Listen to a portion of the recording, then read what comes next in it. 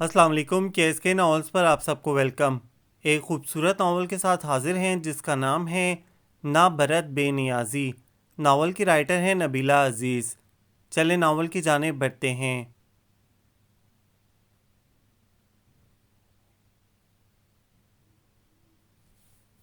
یہ ہیں ہماری نئی کمپنی کے پارٹنر اینڈ مینیجنگ ڈائریکٹر عزت افندی۔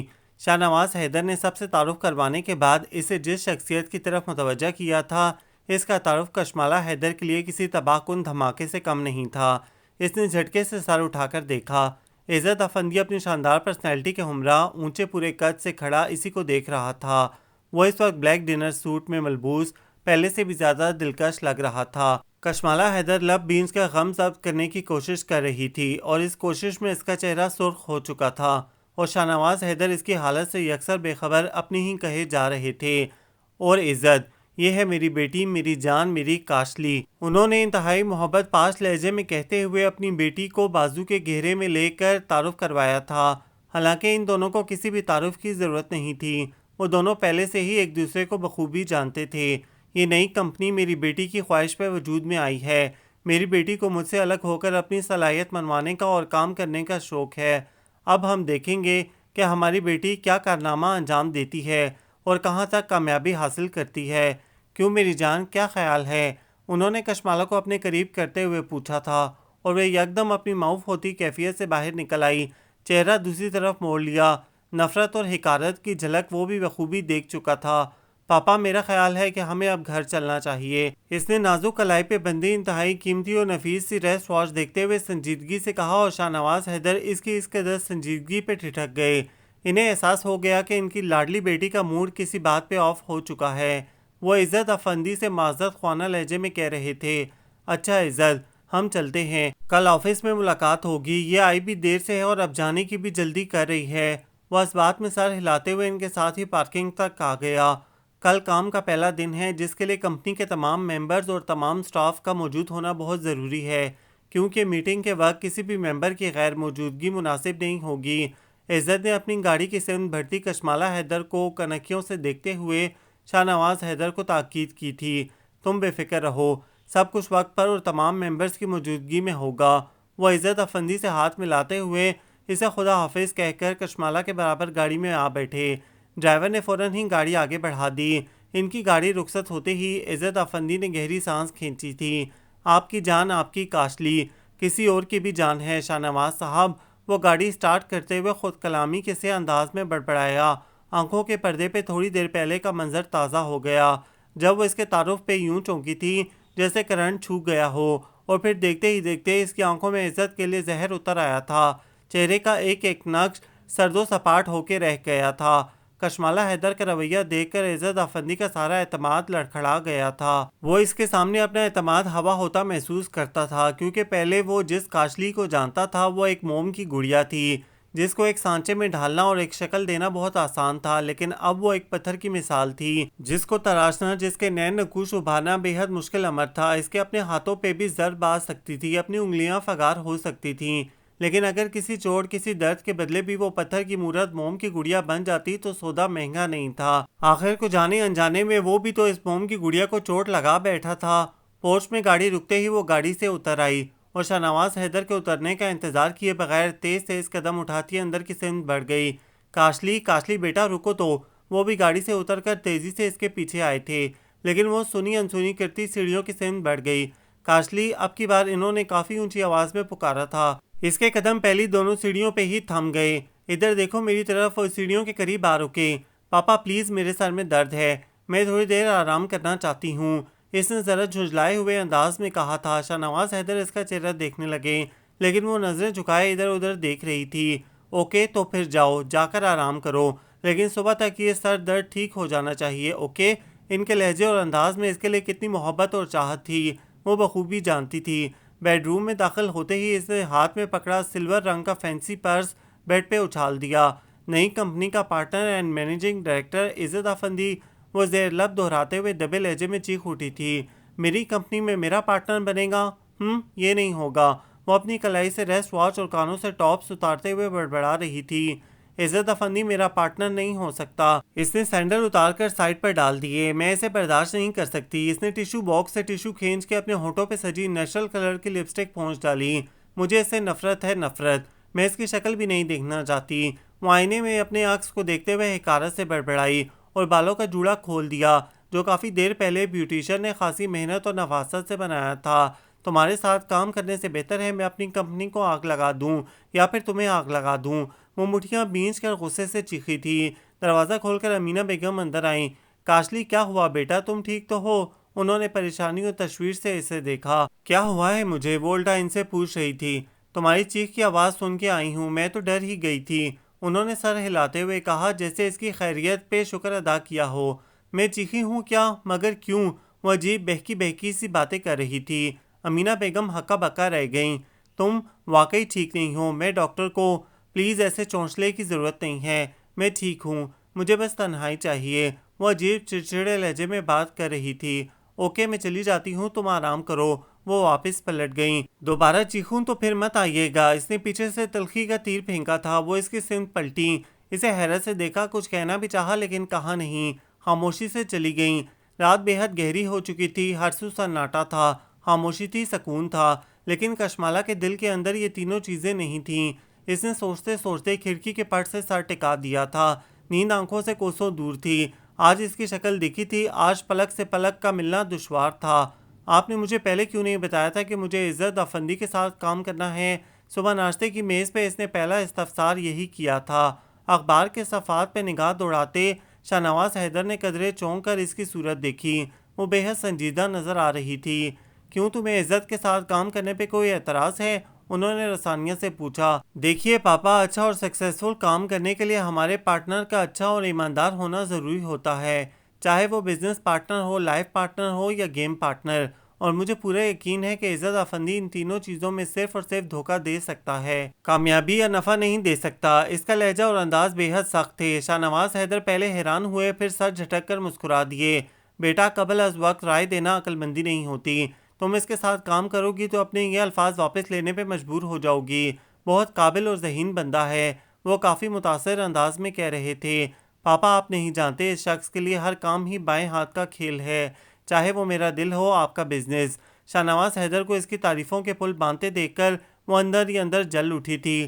دل تو چاہ رہا تھا کہ عزت افندی کا سارا کچا چٹھا کھول کر سامنے رکھ دے، مگر وہ ایسا نہیں کر سکتی تھی، کیونکہ یہ سب کرنے کے لیے اسے اپنی ذات پہ پڑا آنچل بھی ہٹانا پڑتا۔ اس نے عزت افندی کے ساتھ کام نہ کرنے کا پکا ارادہ باندھ رکھا تھا، لیکن آفس میں پہلی میٹنگ کے دوران جو کچھ عزت افندی نے کہا وہ کشمالہ حیدر کو میدان میں ڈٹ جانے پہ مجبور کر گیا تھا۔ اس کا کہنا تھا کہ جس فیلڈ میں بھی وہ قدم رکھتا ہے وہاں کوئی اور اپنے قدم قائم نہیں رکھ سکتا، یا تو مقابل والا میدان چھوڑ دیتا ہے یا پھر وہ اپنے مد مقابل کو فتح کر لیتا ہے، اور اس کا اپنی ذات پہ ایسا اعتماد اور اعتماد کا ایسا سرعام اظہار دیکھ کر ہی کشمالہ حیدر اپنا ارادہ اور فیصلہ بدلنے پہ مجبور ہو گئی۔ اس نے میدان چھوڑنے کے بجائے میدان میں ڈٹ جانے کا فیصلہ کیا، جس کے لیے اس نے بڑے اعتماد اور برداشت کے ساتھ میٹنگ کے اختتام پہ عزت افندی سے ہاتھ ملایا تھا۔ پہلے تو دونوں کے درمیان ایک سرد خاموشی اور ایک سرد کیفیت حائل تھی، مگر اب سرد جنگ کا آغاز ہو چکا تھا۔ آئی ایم سوری، امینہ بیگم کشمالہ کی مدھم سی آواز پہ چونک کے پلٹیں۔ وہ اپنے لیے کافی بنانے آئی تھی، کیبنٹ سے کافی کا پیکٹ نکال کے دیکھ رہی تھی۔ سوری کس لیے؟ انہوں نے قدرے حیرانی سے پوچھا۔ میں نے اس روز آپ سے بدتمیزی کی تھی۔ وہ اپنی غلطی کا اعتراف کر رہی تھی۔ ارے نہیں بیٹا، سوری کی کوئی ضرورت نہیں ہے، ذہن ڈسٹرب ہو تو بندہ کچھ بھی کہہ جاتا ہے اور اسے پتہ بھی نہیں چلتا، انہوں نے سر جھٹک کر نرمی سے کہا۔ لیکن مجھے ڈسٹربنس میں بھی ایسا کوئی حق نہیں پہنچتا کہ میں آپ کے ساتھ بدتمیزی کروں، اس نے نپے تلے لہجے میں کہا۔ امینہ بیگم پل بھر کے لیے خاموش ہو گئی تھی۔ اکثر آیان اور رومان بھی تو ایسا کر جاتے ہیں، انہوں نے مثال دی، وہ آپ کے بیٹے ہیں۔ اس کا جواب دو ٹوک تھا۔ تم بھی تو میری بیٹی ہو، جس حد تک میں آپ کی بیٹی ہوں مجھے اسی حد تک رہنا چاہیے نا، اگر حد پار کروں گی تو آپ ہی مجھے میری حد یاد دلا دیں گی، اسی لیے بہتر ہے میں خود ہی اپنی حد کا تعین کر لوں۔ وہ کافی تیار کر چکی تھی، اسی لیے بھاپ اڑاتا مگ لے کر پلٹ گئی۔ اور میری اس بات کو بدتمیزی مت سمجھیے گا، میں آپ سے بدتمیزی نہیں کرنا چاہتی، لیکن پتہ نہیں کیوں ایسا ہو جاتا ہے۔ آپ بہت اچھی خاتون ہیں، میں واقعی آپ کی بہت عزت کرتی ہوں۔ وہ ذرا دیر کے لیے ان کے سامنے رکی اور سپاٹ سے انداز میں کہہ کر باہر نکل گئی۔ امینہ بیگم اس کے پیچھے دیکھتی رہ گئیں۔ کیا بات ہے بیٹا، تم 2-3 روز سے اپسیٹ دکھائی دے رہی ہو، کوئی پریشانی ہے تو مجھے بتاؤ۔ شاہ نواز حیدر مسلسل 2-3 روز سے اسے خاموش اور گمسم سا دیکھ کر تشویش میں مبتلا ہو چکے تھے۔ وہ اس کے ہاتھ سے میگزین لے کر سائڈ پہ رکھتے ہوئے بولے اور اس کا ہاتھ تھام لیا تھا۔ ڈونٹ وری پاپا، میں بالکل ٹھیک ہوں، کوئی پرابلم نہیں ہے، بس یوں ہی کبھی کبھی دماغ کچھ بوجھل سا ہو جاتا ہے، وہ تھکے تھکے سے لہجے میں بولی۔ تو شاہ نواز حیدر بغور اس کے چہرے کا جائزہ لینے لگے۔ وہ سر جھکا کر اپنے ہاتھوں کو دیکھنے لگی۔ اپنی ماں سے ملنا چاہتی ہو، وہ بے اختیار کہہ گئے تھے، اور کاشلی بری طرح تڑپ اٹھی، یوں جیسے شاہ نواز حیدر نے اس کے کسی ننگے زخم پر ہاتھ رکھ دیا ہو۔ کیا آپ کو لگتا ہے کہ میں ان سے ملنا چاہتی ہوں؟ اس نے تڑپ کے پوچھا۔ تم اداس ہو اس لیے میں نے سوچا شاید تم اپنی ماں کو مس کر رہی ہو۔ میں تمہارے جانے کا بندوبست کروا دیتا ہوں، بس ٹکٹ ہی تو کنفرم کروانا ہے، انہوں نے نارمل سے انداز میں کہتے ہوئے اسے تسلی دینا چاہی۔ پاپا کیا میں ان سے ملوں گی، جن کو ماں بن کر بھی ماں بننے کا سلیقہ نہیں آیا، جن کو ماں کے لفظ کا مطلب اور قدر ہی معلوم نہیں ہے، کیا میں ان سے ملوں گی؟ ان سے؟ اسے اپنی ماں کا ذکر اتنا ہی اذیت ناک اور برا لگتا تھا جتنا عزت افندی۔ نہیں پاپا، میں ان سے زندگی بھر نہیں ملوں گی، میں جب یہاں آئی تھی تو ان کی طرف جانے والے تمام راستے بند کر کے آئی تھی، مجھے ان سے اب کبھی نہیں ملنا، مجھے ان کے پاس کبھی واپس نہیں جانا، چاہے کچھ بھی ہو جائے۔ وہ بیٹھے بیٹھے ان کے ذکر پہ بفر گئی تھی اور بے حد اجنبی ہو گئی تھی، پھر یکدم صوفے سے اٹھی اور ڈرائنگ روم کی دہلیز عبور کر گئی تھی۔ شاہ نواز حیدر خاموش بیٹھے رہ گئے۔ ان کی آج تک یہ سمجھ میں نہیں آیا تھا کہ وہ اپنی ماں سے اتنی بدگمان کیوں ہے، اس نفرت اور بیزاری کے پیچھے کون سا راز پوشیدہ ہے، اور اچانک ماں کو چھوڑ کر اس نے باپ کے پاس آنے کا فیصلہ کیوں کیا تھا، اور سب سے بڑی بات کہ اس کی ماں نے اسے باپ کے پاس آنے سے روکا کیوں نہیں تھا، اتنی آسانی سے اسے اجازت کیسے دے دی تھی۔ وہ جانتے تھے کہ اس مسئلے کے پیچھے کوئی خاص وجہ چھپی ہے، لیکن وہ یہ بھی جانتے تھے کہ وہ خاص وجہ وہ پوشیدہ راز کہیں نہ کہیں کاشلی کے دل سے جڑا ہوا ہے، جس کو کرید کر وہ اپنی بیٹی کو پریشان اور دکھی نہیں کر سکتے تھے۔ ابھی بھی وہ ڈرائنگ روم کے صوفے پہ بیٹھے کاشلی کے عجیب و غریب رد عمل کو سوچ رہے تھے۔ ان کو اس سلجھے ریشم کا کوئی سرا ہی نہ مل رہا تھا۔ کاشلی بد مزاج بھی تھی اور تلخ مزاج بھی، لیکن عرصہ ہوا تھا وہ اپنے تمام مزاج خاموشی کے حوالے کر بیٹھی تھی۔ لیکن عزت افندی آج کل اسے بھڑکانے کی کوششوں میں تھا۔ وہ چاہتا تھا کاشلی اس کی باتوں پہ غصہ کرے، بھڑکے، ایشو بنائے، مگر وہ ایسا نہیں کر رہی تھی۔ وہ اس کی باتوں کو نظر انداز کر کے گزر جاتی تھی، اور عزت کو ناکامی ہو رہی تھی، کیونکہ اسے معلوم تھا کہ جب تک کاشلی غصے میں آ کر شعلے نہیں اگلے گی، تب تک وہ اس کے سامنے اپنا کیس نہیں لڑ سکے گا، نہ ہی کوئی صفائی پیش کر سکے گا۔ آج آفس میں ایک اور میٹنگ تھی اور اتفاقاً دونوں کو ایک دوسرے کے مقابل جگہ ملی تھی۔ عزت کنکھیوں سے اسے ہی دیکھ رہا تھا، وہ سر جھکائے ٹیبل پہ رکھی فائلوں کو بے وجہ ہی گھورے جا رہی تھی۔ میٹنگ کے اختتام پہ اسٹاف ممبرز کے درمیان ہلکی پھلکی گپ شپ کا سلسلہ شروع ہو گیا۔ اچانک کسی نے گفتگو کا رخ عجب سمت میں موڑ دیا تھا۔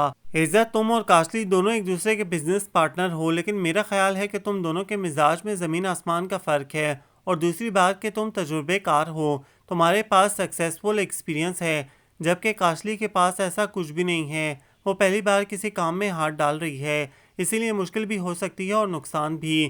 مسز بٹ جو ان کی کمپنی کو اسپانسر کر رہی تھیں، کافی بے تکلفی سے عزت کے ساتھ گفتگو کا آغاز کر چکی تھیں۔ ایک بات آپ کو بتاتا چلوں کہ میں اور کاشلی، سوری میرا مطلب ہے کہ مس کشمالہ حیدر مجھے بہت اچھی طرح جانتی ہیں، اور میں بھی مس کشمالہ حیدر کو بہت قریب سے جانتا ہوں، اس لیے مزاج کا فرق کوئی معنی نہیں رکھتا، اور دوسری بات کہ میرا تجربہ کار ہونا بھی مس کشمالہ حیدر کا مرہون منت ہے، میں نے سب کچھ ان سے حاصل کیا ہے، اگر کہیں کوئی مشکل پیش آئی تو مجھے ہینڈل کرنا آتا ہے، کیوں مس Kashmala Haider, I am right نا؟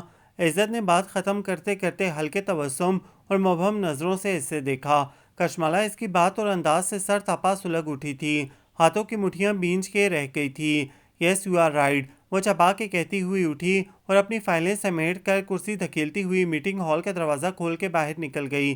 اس کی کمر کی لچک اور گردن کی اکڑ عزت افندی کی آنکھوں کے رستے دل میں سما گئی تھی۔ بیٹا جی، ابھی بڑے پاپڑ بیلنا پڑیں گے، سکون سے مت بیٹھو۔ مسز بٹ نے مسکراتے ہوئے عزت کے کندھے پہ تھپکی دی تھی، جواباً وہ بھی مسکرا اٹھا تھا۔ مجھے بھی اب یہی لگ رہا ہے کہ یہ بزنس وغیرہ کا چکر چھوڑ کر اب پاپڑ بیلنے کا کاروبار شروع کر دینا چاہیے، آخر عمر بھر پاپڑ ہی تو بیلنے ہیں، گزارا ہو ہی جائے گا، اس نے آنکھ بھر کے کہا تھا، اور مسز بٹ کا بے ساختہ قہقہ بلند ہوا تھا۔ شام کے 6 بج رہے تھے، رفتہ رفتہ پورا ہال خالی ہو گیا تھا، آفس بھی بند ہو چکا تھا، بس عزت میٹنگ ہال میں بیٹھا اپنا کچھ کام نپٹا رہا تھا۔ گھڑی پہ نظر پڑی تو اسے بھی اٹھنے کا خیال آ گیا۔ وہ اپنا لیپ ٹاپ بند کر کے اٹھا، فائلیں سمیٹ کر اپنے بریف کیس میں رکھیں اور کرسی کی بیک سے کوٹ اتار کے جیسے ہی قدم آگے بڑھایا، قدم وہیں کے وہیں تھم گئے۔ میٹنگ ہال کا دروازہ کھلا اور کشمالہ حیدر انتہائی متوازن چال چلتی ہوئی اس کے سامنے آ رکی تھی۔ عزت افندی اندر ہی اندر دعائے خیر کرنے لگا، کیونکہ وہ لب بھینچے براہ راست اسے ہی دیکھ رہی تھی۔ اس نے چند سیکنڈ اس کے بولنے کا انتظار کیا، پھر بریف کیس اور لیپ ٹاپ ٹیبل پہ رکھ کے اس کے سامنے آ گیا۔ آئی مس یو کاشلی، آئی ریئلی مس یو، وہ انتہائی شدت اور جذب کے عالم میں کہتے ہوئے اس کی آنکھوں میں آنکھیں ڈال کے دیکھ رہا تھا۔ کشمالہ کی آنکھوں میں نفرت کا سمندر امڈ آیا تھا۔ تم ایک ماہر کھلاڑی ہو، لیکن عزت افندی، اتنا سوچ لینا آپ کی بھر اناڑی میں بھی نہیں ہوں۔ میں صرف اتنا کہنے آئی ہوں کہ آئندہ کسی بھی گفتگو میں میرا ذکر نہیں ہونا چاہیے۔ میں آئندہ برداشت نہیں کروں گی۔ وہ انگلی اٹھا کر انتہائی نفرت و حقارت سے اسے وارننگ دیتی ہوئی ایک قہر آلود نگاہ ڈال کر واپس پلٹی ہی تھی کہ اسے رک جانا پڑا۔ عزت افندی اس کا ہاتھ تھام چکا تھا اور کشمالہ بے یقینی سے اس کی دیدہ دلیری دیکھ رہی تھی۔ اس کا ہاتھ عزت کے مضبوط ہاتھ میں دبا ہوا تھا۔ کاشلی، پلیز گزری باتوں کو اتنا بڑا ایشو بنانے سے بہتر ہے کہ تم کچھ دیر میرے ساتھ بیٹھ کر میری بات سن لو۔ میرا ہاتھ چھوڑو، اس نے عزت کی جرأت پہ دان پیستے ہوئے کہا۔ کاشلی، میرا یقین کرو، میں جھوٹ نہیں بول رہا۔ میں تمہاری ذات سے بے خبر نہیں تھا۔ سب خبر رکھی میں نے، صرف اس لیے کہ میں کہہ رہی ہوں میرا ہاتھ چھوڑو۔ وہ دبے لہجے میں غرائی، اس کی آنکھوں سے چنگاریاں نکلنے لگیں۔ وہ جانتا تھا کہ معاملہ گھمبیر ہو چکا ہے، پھر بھی وہ اس کا ہاتھ چھوڑنے کا کوئی ارادہ نہیں رکھتا تھا۔ وہ چاہتا تھا کہ جو کچھ بھی ہونا ہے وہ آج اور ابھی ہو جائے۔ کاشلی، میں سچ مچ تم سے محبت۔ شٹ اپ عزت افندی، جسٹ شٹ اپ، وہ یکدم پوری قوت سے چیخ اٹھی اور پورا میٹنگ ہال اس کی چیخ سے گونج اٹھا تھا۔ وہ جھٹکے سے ہاتھ چھڑا کر اس کی سمت پلٹی تھی۔ اپنی گھٹیا زبان سے میرا نام بھی مت لو، وہ بے حد ہتک امیز انداز سے کہہ رہی تھی۔ پھر بھی عزت اسے حق بجانب سمجھتا تھا۔ میں جانتا ہوں تمہیں مجھ پہ بہت غصہ ہے، لیکن یہ غصہ نہیں، نفرت کہو، نفرت۔ اتنی نفرت کہ جی چاہتا ہے تم پہ کھڑے کھڑے پیٹرول چھڑک کر آگ لگا دوں، تاکہ تمہیں احساس ہو کہ آگ میں جلنا کیسا ہوتا ہے، وہ دان پیستے ہوئے نفرت سے کہہ رہی تھی، اور اس کی نفرت کی شدت اس کے چہرے اور لہجے سے صاف محسوس ہو رہی تھی۔ عزت بے بس ہونے لگا تھا۔ وہ ہاتھ مسلتی ہوئی پلٹی، پھر یکدم رک گئی تھی۔ ویسے ایک بات میری ابھی تک سمجھ میں نہیں آئی کہ تم اس بار کون سا ناٹک کرنے آئے ہو، اب کس کو تسخیر کرنا ہے؟ میں تو پہلے ہی تمہاری تسخیر شدہ چیزوں میں شمار ہوتی ہوں۔ میری ذات پہ تو تم پہلے ہی فتح کے جھنڈے گاڑ چکے ہو، اب کیا باقی ہے؟ بتاؤ مجھے کیوں آئے ہو؟ وہ بفرے ہوئے انداز میں بولی۔ اس کی حالت پہ عزت کے حوصلے مزید پست ہونے لگے تھے۔ اس نے نظریں جھکا لیں۔ کاشلی، اس دفعہ میں خود تسخیر ہونے کے لیے آیا ہوں۔ میری ذات تمہارے سامنے ہے، اسے قدموں کی دھول بناؤ یا پھر اپنے سر کا تاج۔ میں کچھ نہیں کہوں گا، اف بھی نہیں کروں گا، بس اگر مجھ سے نادانستگی میں تمہارے دل کو ٹھیس پہنچی ہے تو پلیز مجھے معاف کر دو۔ عزت کا لہجہ دھیما اور ہتھیار ڈالنے والا تھا، انداز تھکا ہوا اور نظر جھکی ہوئی تھی۔ اس کا گریبان جھنجھوڑتے ہوئے ایک دم سے اسے نہ جانے کیا ہوا کہ اس کا گریبان چھوڑ کر 2 قدم پیچھے ہٹی، کچھ کہنے کے لیے لب کھولے، پھر دل کی بات دل میں دباتی ہوئی وہاں سے نکلتی چلی گئی۔ عزت جوں کا توں کھڑا رہ گیا۔ اسے خبر تھی کہ کاشلی ہچکیوں سے روتی ہوئی جا رہی ہے۔ وہ اس کی ایک ایک حرکت، ایک ایک عادت سے واقف تھا۔ عزت کے کانوں میں ابھی تک اس کی آواز اور نفرت گونج رہی تھی۔ نہ جانے اسے وہاں کھڑے کتنی دیر گزر گئی تھی کہ وہ موبائل کی بیپ پہ بھی بمشکل ہی متوجہ ہوا تھا۔ ہیلو، اس نے اپنے اعصاب کنٹرول کرتے ہوئے کہا۔ سر، کشمالہ میم کا ایکسیڈنٹ ہو گیا ہے۔ دوسری طرف سے ملنے والی اطلاع عزت کو آسان خطا کر گئی۔ کاشلی کا ایکسیڈنٹ؟ اسے تھوڑی دیر پہلے یہاں سے جانے والی کاشلی کی جنونی حالت یاد آئی تو دماغ چکرا گیا تھا۔ اف خدایا! انتہائی خوبصورت اور سبز بیلوں سے ڈھکے بنگلے کا گیٹ کھول کر معمول کے مطابق اپنا فٹ بال قدموں سے دھکیلتی ہوئی وہ گیٹ سے نکل کر روڈ پہ آ گئی تھی۔ کل پورے اسلام آباد میں دن بھر شدید بارش ہوئی تھی، جس کی وجہ سے سردی اور دھند میں بے پناہ اضافہ ہوا تھا۔ روڈ پہ چلتے ہوئے چند قدم آگے کا راستہ بھی دکھائی نہیں دے رہا تھا۔ پورا شہر سویا سویا سا اور دھند میں ڈوبا ہوا سا لگ رہا تھا، اور وہ اپنی ازلی لاپرواہی کا ثبوت دیتی ڈھیلے ڈھالے قدموں سے چلتی نہ جانے کس سوچ، کس دھن میں مگن آگے بڑھتی جا رہی تھی، اور ساتھ ساتھ فٹ بال سے کھیلنے کا مشغلہ بھی جاری تھا۔ اسے فٹ بال کھیلنا جنون کی حد تک پسند تھا۔ وہ اسکول جاتے ہوئے بھی کھیلتی تھی، اسکول جا کر بھی کھیلتی تھی، اور اسکول سے آتے ہوئے بھی کھیلتی تھی، اور اس کھیل میں اسے کسی کی مداخلت قطعی ناپسند تھی۔ اسے اکیلے کھیلنے کا شوق تھا۔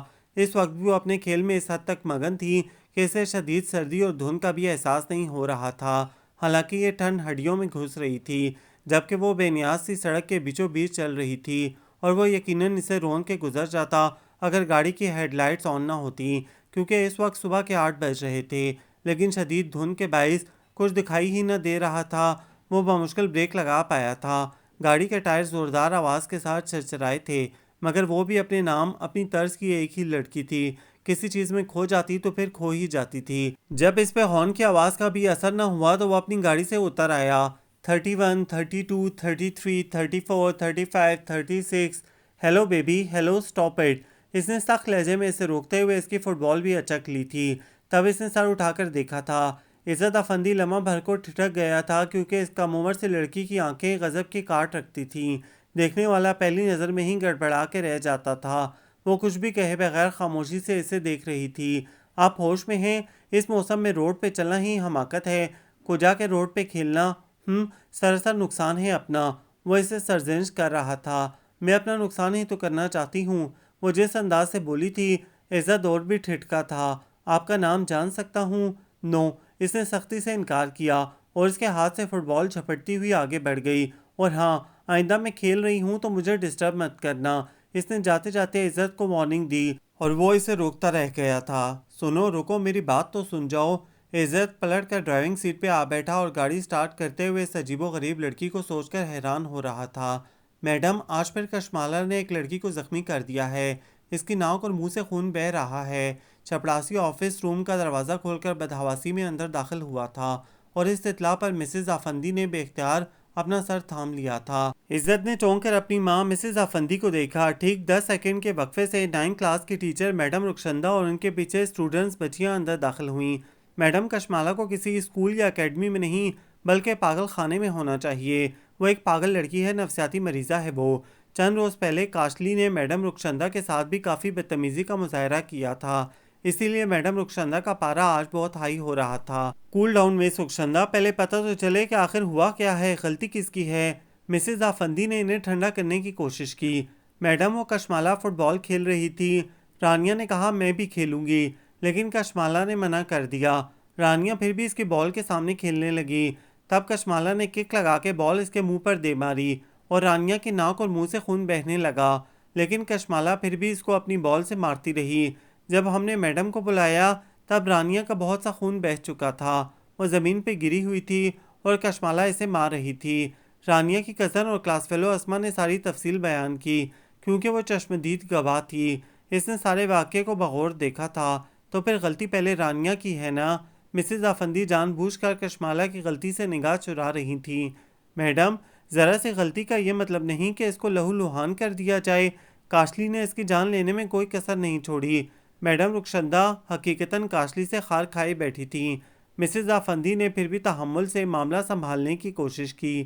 میں آج ہی اس کی مدر سے بات کروں گی، آپ پلیز برداشت سے کام لیں۔ میڈم، ہم اپنے پیرنٹس کو بتائیں گے کہ ہمارے ساتھ آپ کی اکیڈمی میں کیسا سلوک ہو رہا ہے۔ آپ نے ایب نارمل بچوں کو بھی ایڈمیشن دے رکھا ہے۔ رانیہ کی کزن اسما کافی تیز لڑکی تھی، اس نے سنجیدگی سے کہا اور آفس روم سے چلی گئی تھی۔ کشمالہ اس اکیڈمی میں پچھلے 1 سال سے ایسے ہزاروں کارنامے سر انجام دے چکی تھی اور سبھی اس سے زچ ہو چکے تھے۔ رانیہ کا ٹریٹمنٹ کروا کے اسے گھر بھیج دیا گیا اور ساتھ ہی مسز افندی نے رانیہ کے والدین کو فون کر کے باقاعدہ معذرت کی تھی اور فون بند کرتے ہوئے گہری سانس کھینچی۔ اف، اس لڑکی نے جینا حرام کر رکھا ہے، ہماری اکیڈمی کی ریپوٹیشن خراب کرنے پہ تلی ہوئی ہے۔ انہوں نے جھنجلا کر کہتے ہوئے ہاتھ میں پکڑا پین ٹیبل پہ پٹک دیا۔ کون ہے یہ لڑکی اور آپ اسے اکیڈمی سے باہر کیوں نہیں کرتی؟ عزت، جو کسی کام کے سلسلے میں اپنی ماں سے ملنے اکیڈمی چلا آیا تھا اور کب سے خاموش تماشائی بنا بیٹھا تھا، ماں کی بیزاری اور کوفت دیکھ کر استفسار کیے بغیر نہیں رہ سکا۔ کیسے نکال دوں؟ وہ سائرہ حیدر کی بیٹی ہے، کشمالہ حیدر، شاہ نواز حیدر کی صاحبزادی۔ مسز افندی کے لہجے میں بیچارگی اتر آئی تھی، کیونکہ انہوں نے کشمالہ کو خود اپنے گلے ڈالا تھا۔ اوہ، عزت نے بے ساختہ ہونٹ سکیڑے تھے، کیونکہ وہ سائرہ حیدر کو اچھی طرح جانتا تھا۔ مسز افندی اور سائرہ حیدر میں دوستی کا کافی گہرا اور پرانا رشتہ تھا، آخر دوستی کا کچھ لحاظ بھی تو رکھنا تھا۔ تو آپ سائرہ آنٹی سے اس کے بارے میں بات کیوں نہیں کرتی؟ وہ خود اس سے سمجھائیں، وہ ایسا کیوں کرتی ہے؟ عزت نے اپنی طرف سے انہیں مشورہ دیا، وہ اسے زج کرنے کے لیے تو ایسا کرتی ہے، پہلے بھی کئی اسکولز اور اکیڈمی سے ڈسچارج ہو کر آ چکی ہے، اسی لیے سائرہ پریشان تھی۔ اس نے مجھ سے مسئلہ شیئر کیا تو میں نے اسے تسلی دی اور یقین دلایا کہ میں کاشلی کو سدھار دوں گی، وہ پڑھے گی، اپنی عادات و اطوار بھی بدلے گی۔ یوں سمجھ لو کہ وہ میرے لیے ایک چیلنج تھی، اس نے مجھے ناکو چنے چبوا دیے ہیں۔ اب تم خود سوچو، 1 سال پہلے جس لڑکی کو میں نے چیلنج سمجھ کر قبول کیا تھا، کیا اب اس کی ماں سے یہ کہوں کہ میں ہار گئی اور وہ بالش بھر کی لڑکی جیت گئی ہے؟ مسز افندی نے اپنی الجھن اپنے بیٹے کے سامنے کہی۔ وہ بھی ماں کا مسئلہ سمجھ گیا تھا، وہ کسی قسم کے احساس کمتری کا شکار تو نہیں ہے۔ ارے احساس کمتری کہاں سے ہوگا؟ امیر ماں باپ کی اکلوتی اولاد ہے، اچھا پہنتی ہے، اچھا کھاتی ہے، اچھا خرچ کرتی ہے، شکل و صورت میں بھی کم نہیں ہے، رنگت سے لے کر نین نقوش تک خوبصورت اور پرکشش ہیں، شہر کے اچھے اور مہنگے ترین تعلیمی اداروں میں پڑھتی ہے۔ اس عمر میں اسے اور کیا چاہیے؟ ابھی بچی ہے، 10ویں کلاس میں پڑھ رہی ہے، اس لیے یہ بھی نہیں کہا جا سکتا کہ کوئی محبت کا مسئلہ ہے اس لیے ایسا کرتی ہے۔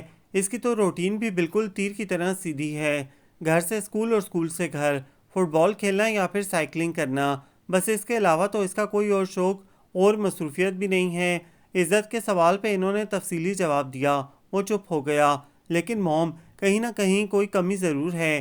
اینی وے اس ٹاپک پر پھر کبھی بات کریں گے، ابھی آپ میرے ساتھ گھر چلیں، ڈیڈ انتظار کر رہے ہوں گے۔ وہ سر جھٹک کر کہتے ہوئے کرسی دھکیل کر کھڑا ہو گیا۔ اتنے میں مسز افندی کے موبائل پر بیپ شروع ہو گئی۔ انہوں نے موبائل اٹھا کر اسکرین پر نمبر دیکھا تو بے ساختہ مسکرا دیں۔ چلو چلتے ہیں، تمہارے ڈیڈ کچھ زیادہ ہی بے چین ہو گئے ہیں۔ وہ مسکراتے ہوئے خود بھی کرسی سے اٹھ گئیں اور اپنا موبائل اور بیگ وغیرہ لے کر عزت کے ساتھ ہی باہر نکل آئیں۔ یہ اکیڈمی اسلام آباد کے مہنگے ترین اور معیاری تعلیمی اداروں میں شمار کی جاتی تھی۔ اس اکیڈمی کی ترقی اور کامیابی کے پیچھے مسز افندی کی دن رات کی محنت اور لگن کا ہاتھ تھا۔ سب کچھ اپنے بلبوتے پر قائم کیا تھا اور آج وہ بہت مطمئن اور کامیاب تھیں کیونکہ ان کی اکیڈمی شہر کے بہترین تعلیمی اداروں میں شمار ہوتی تھی۔ کلاس رومز کے سامنے بنے کوریڈور سے گزر کر وہ دونوں ماں بیٹا لان میں بنی سرخ بجری کی روش پر آ نکلے اور یوں ہی اپنے دھیان میں آگے قدم بڑھاتے عزت کی نگاہ بائیں طرف بنے پلے گراؤنڈ کی سمت اٹھی تو قدم تھم گئے۔ موم، وہ لڑکی کون ہے؟ اس نے پلے گراؤنڈ میں فٹ بال کھیلتی لڑکی کی سمت اشارہ کیا جو اپنے کھیل میں ایسی جنونی ہو رہی تھی کہ آس پاس کا بھی ہوش نہیں تھا۔ یہی تو ہے کاشلی، جتنا نام عجیب تھا اتنی ہی وہ خود بھی عجیب تھی۔ عزت کی آنکھوں میں 2 روز پہلے کا منظر گھوم گیا جب وہ سڑک کے بیچوں بیچ کھیل رہی تھی اور وہ ہارن پہ ہارن دے رہا تھا، اور ہاں، آئندہ میں کھیل رہی ہوں تو مجھے ڈسٹرب مت کرنا۔ عزت کو اس کی وارننگ بھی اچھی طرح یاد تھی۔ وہ اسے پہلے دن ہی کافی عجیب اور سرپھری لگی تھی لیکن اب تو دلچسپ بھی لگ رہی تھی۔ میں اپنا نقصان ہی تو کرنا چاہتی ہوں۔ اسے اس کی ایک اور بات یاد آئی اور وہ زیر لب بڑبڑا کے رہ گیا۔ اچھا، تو اس چیز کا نام ہے کاشلی۔ اس کی سوچ بہت اونچی، بہت دور تک اڑان بھر چکی تھی۔ وہ سچ مچ ایک چیلنج ہی تھی، مسز افندی کے لیے بھی اور عزت افندی کے لیے بھی، محض ایک چیلنج۔ میں نے تمہیں ملک شیک لانے کو کہا تھا۔ وہ ملازمہ کے ہاتھ میں دودھ کا گلاس دیکھ کر غصے میں آ گئی۔ وہ میڈم نے کہا ہے کہ آپ کی طبیعت خراب ہے، آپ کو ملک شیک کے بجائے دودھ پینا چاہیے، اتنے بخار میں ٹھنڈا جوس اچھا نہیں ہوگا۔ ملازمہ نے ملک شیک نہ لانے کا جواز بتایا۔ چلی جاؤ یہاں سے، مجھے کچھ بھی نہیں لینا، آئی سے گیٹ لاسٹ فرام ہیئر۔ وہ دھاڑنے لگی تھی۔ ملازمہ کو ہنوز کھڑے دیکھ کر اس نے دودھ کا گلاس اٹھا کر دیوار پر دے مارا اور ملازمہ اس کا ایسا جنونی انداز دیکھ کر خوفزدہ ہوتے ہوئے باہر کو بھاگی تھی۔ لیکن اسی لمحے سائرہ حیدر اس کے بیڈ روم میں داخل ہوئیں۔ یہ کیا تماشا لگا رکھا ہے؟ انہوں نے فرش پر بکھرے کانچ کے ٹکڑے اور دودھ دیکھ کر سختی سے پوچھا۔ یہ تماشا نہیں، اس ایڈیٹ کو وارننگ ہے کہ آئندہ میرے لیے وہی چیز لے کر آئے جو میں کہوں۔ وہ بھی جواباً کچھ کم نہیں تھی۔ اسے دودھ لانے کو میں نے کہا تھا، بخار میں ملک شیک پیو گی تو اور بیمار ہو جاؤ گی، ٹھنڈا ملک شیک ہڈیوں میں اتر جائے گا تمہارے۔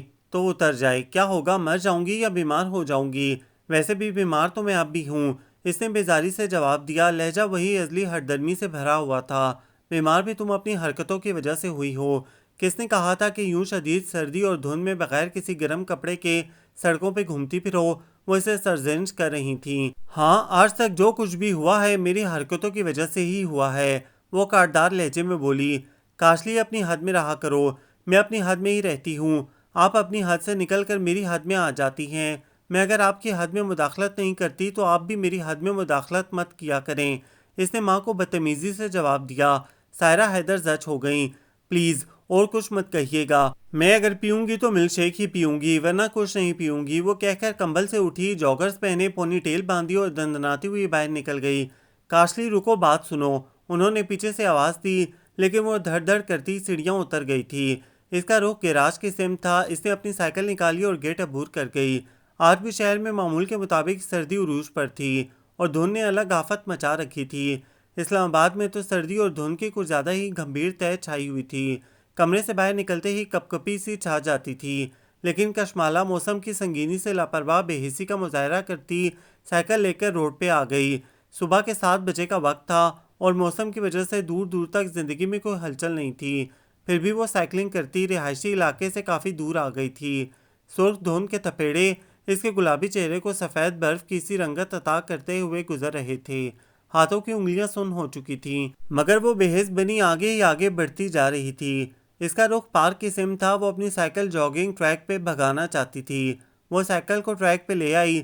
ٹریک پہ اس جیسے کئی اور سر پھرے بھی دھند اور سردی سے لطف اندوز ہو رہے تھے، لیکن فرق یہ تھا کہ انہوں نے باقاعدہ ٹریک سوٹ پہن رکھے تھے۔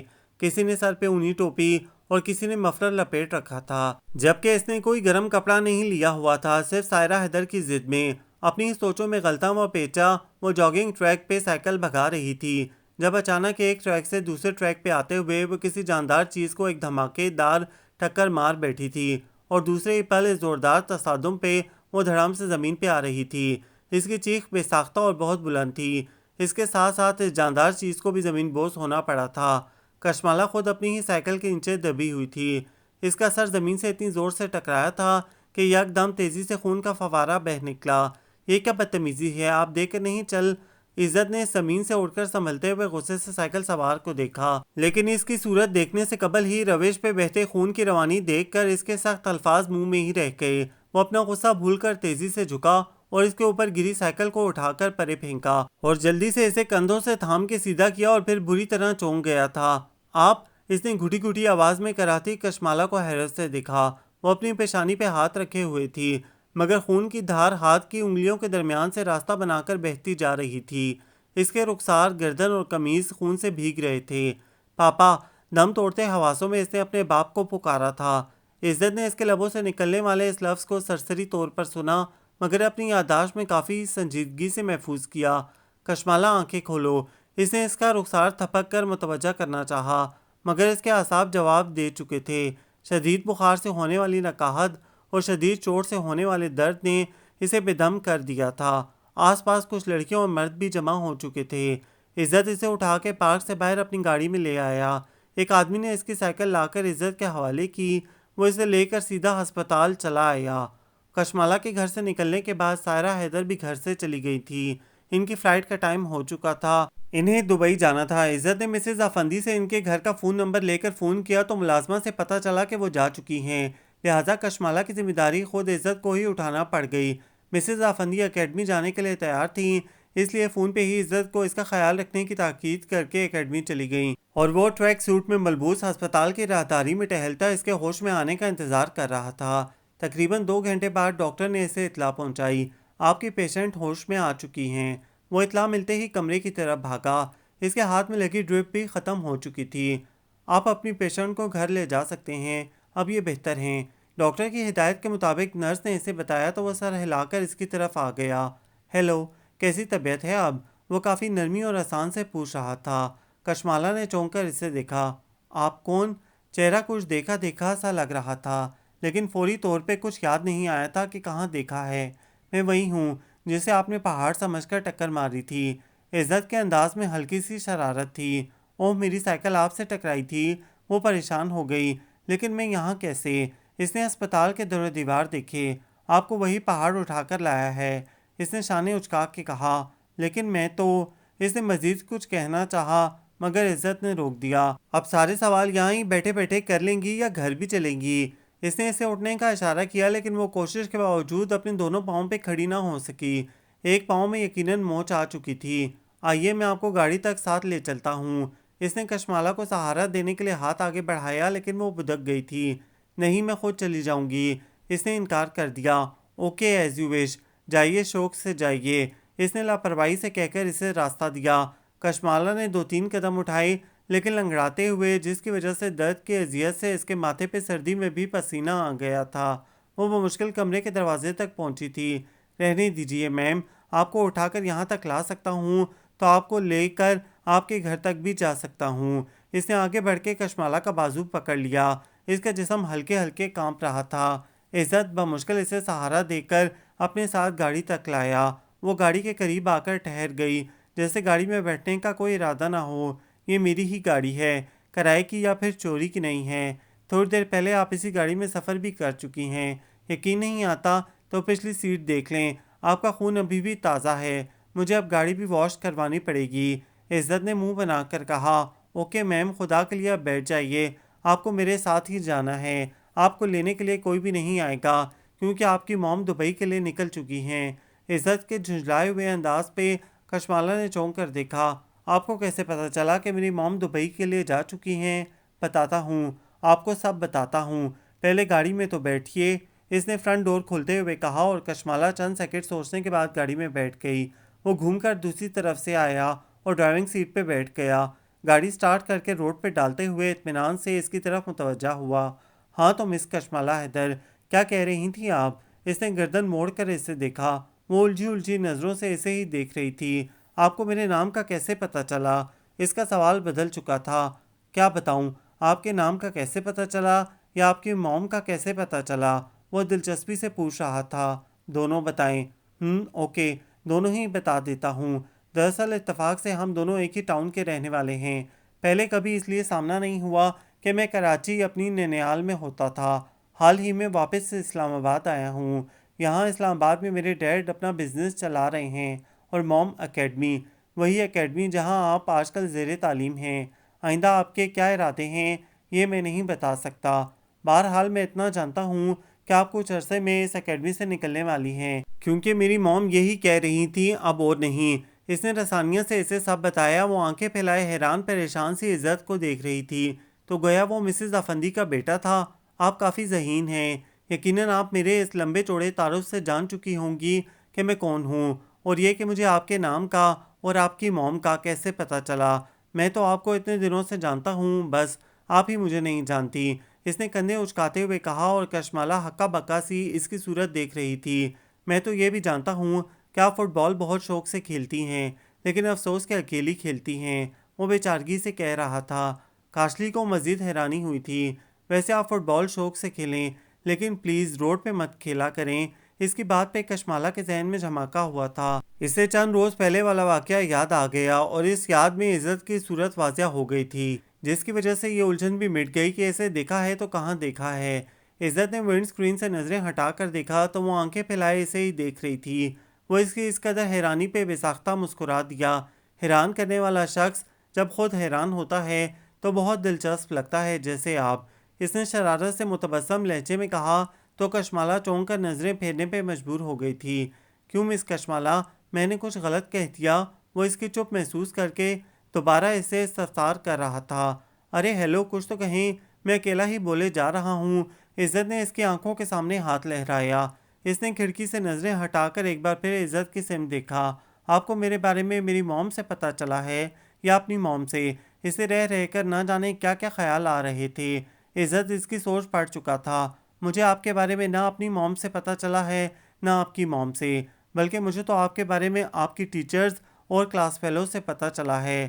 اس روز جب آپ نے رانیہ نام کی لڑکی کو اپنی فٹ بال سے مار مار کر زخمی کر دیا تھا، اتفاقاً اس روز میں بھی وہیں تھا۔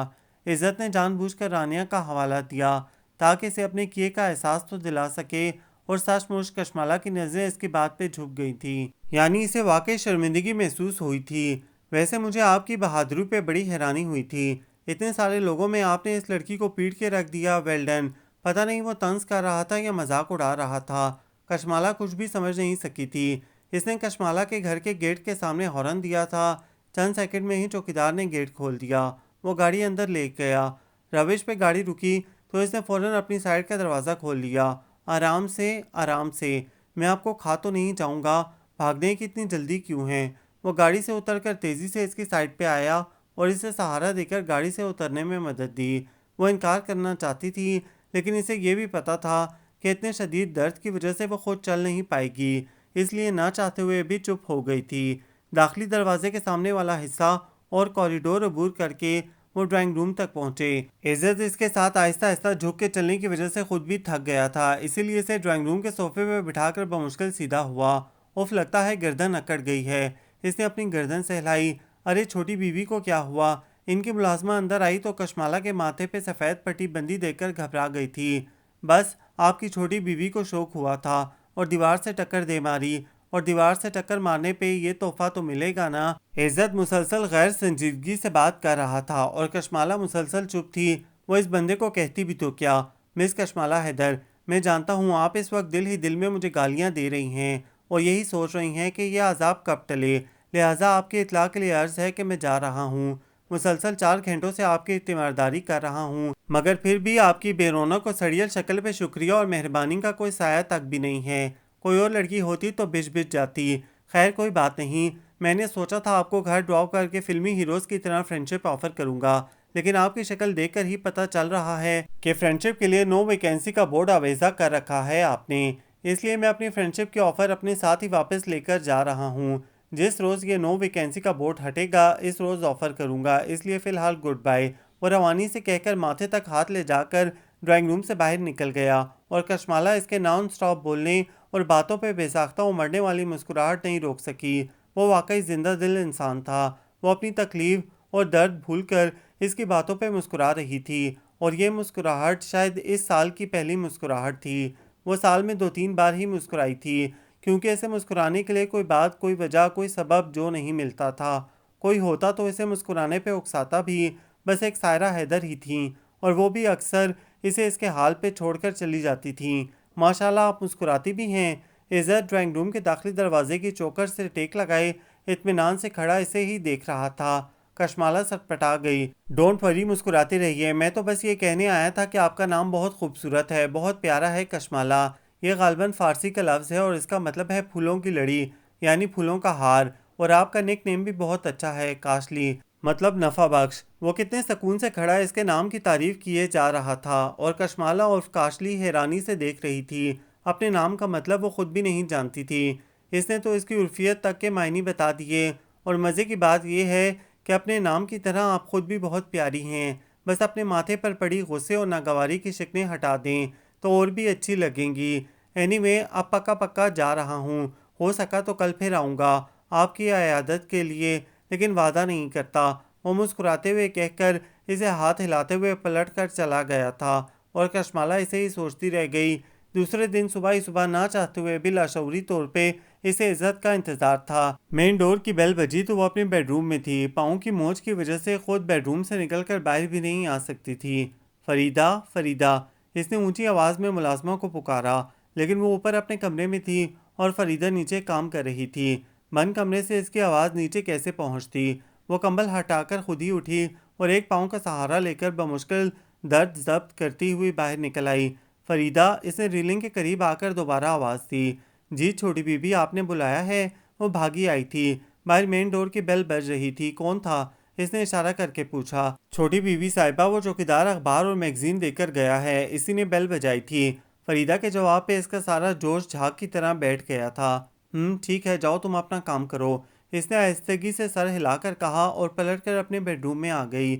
باتھ روم میں جا کر برش کیا اور پیشانی سے نیچے کا چہرہ دھو کر باہر نکل آئی، کیونکہ پیشانی پہ پٹی بندھی ہوئی تھی، اسی لیے پیشانی نہیں بھگو سکتی تھی۔ پھر کپڑے تبدیل کیے اور بڑی مشکل سے فریدہ کے ساتھ نیچے اتر آئی۔ فریدہ اس کا ناشتہ لگا چکی تھی۔ رات کو میڈم کا فون آیا تھا تو آپ کا پوچھ رہی تھیں۔ پھر میں نے کہا کہ آپ کو بہت گہری چوٹ لگی ہے، بہت خون بہا ہے، ڈاکٹر نے ٹانکے بھی لگائے ہیں۔ ملازمہ نے تفصیل بتائی۔ پھر وہ بہت پریشان ہوئی تھیں۔ پھر اس کے پھر نے فریدہ کو خاموش کروا دیا۔ بتاؤ نا پھر کیا کہا انہوں نے؟ کاشلی جان بوجھ کر پوچھ رہی تھی۔ پھر کیا کہنا تھا انہوں نے؟ فون بند کر دیا، کہہ رہی تھی چھوٹی بیوی کا خیال رکھنا، صبح فون کروں گی۔ میں بھی یہی سننا چاہتی تھی۔ وہ اور کچھ کہہ بھی نہیں سکتی تھیں۔ تم اگر ان سے یہ کہہ دیتی کہ کشمالہ کا سر کٹ گیا ہے، تب بھی وہ کہتی اس کے سر کا خیال رکھنا، میں دوبارہ فون کروں گی۔ اس نے تلخی سے کہتے ہوئے سر جھٹکا اور ناشتہ کرنے لگی۔ اتنے میں فون بجنے لگا۔ فریدہ تیزی سے لاؤنج میں رکھے سیٹ کے پاس گئی۔ ہیلو، جی وہ گھر پہ نہیں ہیں۔ کشمالہ فریدہ کی آواز بآسانی سن رہی تھی۔ وہ میڈم کے ساتھ دبئی گئی ہیں۔ اب کی بار کشمالہ کے کان کھڑے ہو گئے۔ وہ تیزی سے کرسی دھکیل کر کھڑی ہو گئی اور تکلیف کے باوجود لاؤنج میں پہنچ گئی۔ ناشتہ یوں ہی ادھورا پڑا تھا، فون بند مت کرنا۔ کاشلی نے تیزی سے آواز دی، لیکن فریدہ نے فون رکھ دیا تھا۔ وہ جی رانگ کال تھی، اس نے بہانہ گھڑا۔ چٹاخ! کاشلی نے آؤ دیکھا نہ تاؤ اسے زناٹے دار دھپڑ دے مارا۔ ایڈیٹ! یہ رانگ کال نہیں، میرے پاپا کا فون تھا، اور تم ان سے جھوٹ بول رہی تھی کہ میں گھر پہ نہیں ہوں۔ وہ سام کی طرح پھنکار رہی تھی۔ اس کا دل چاہ رہا تھا وہ فریدہ کا کھڑے کھڑے کیما بنا دے۔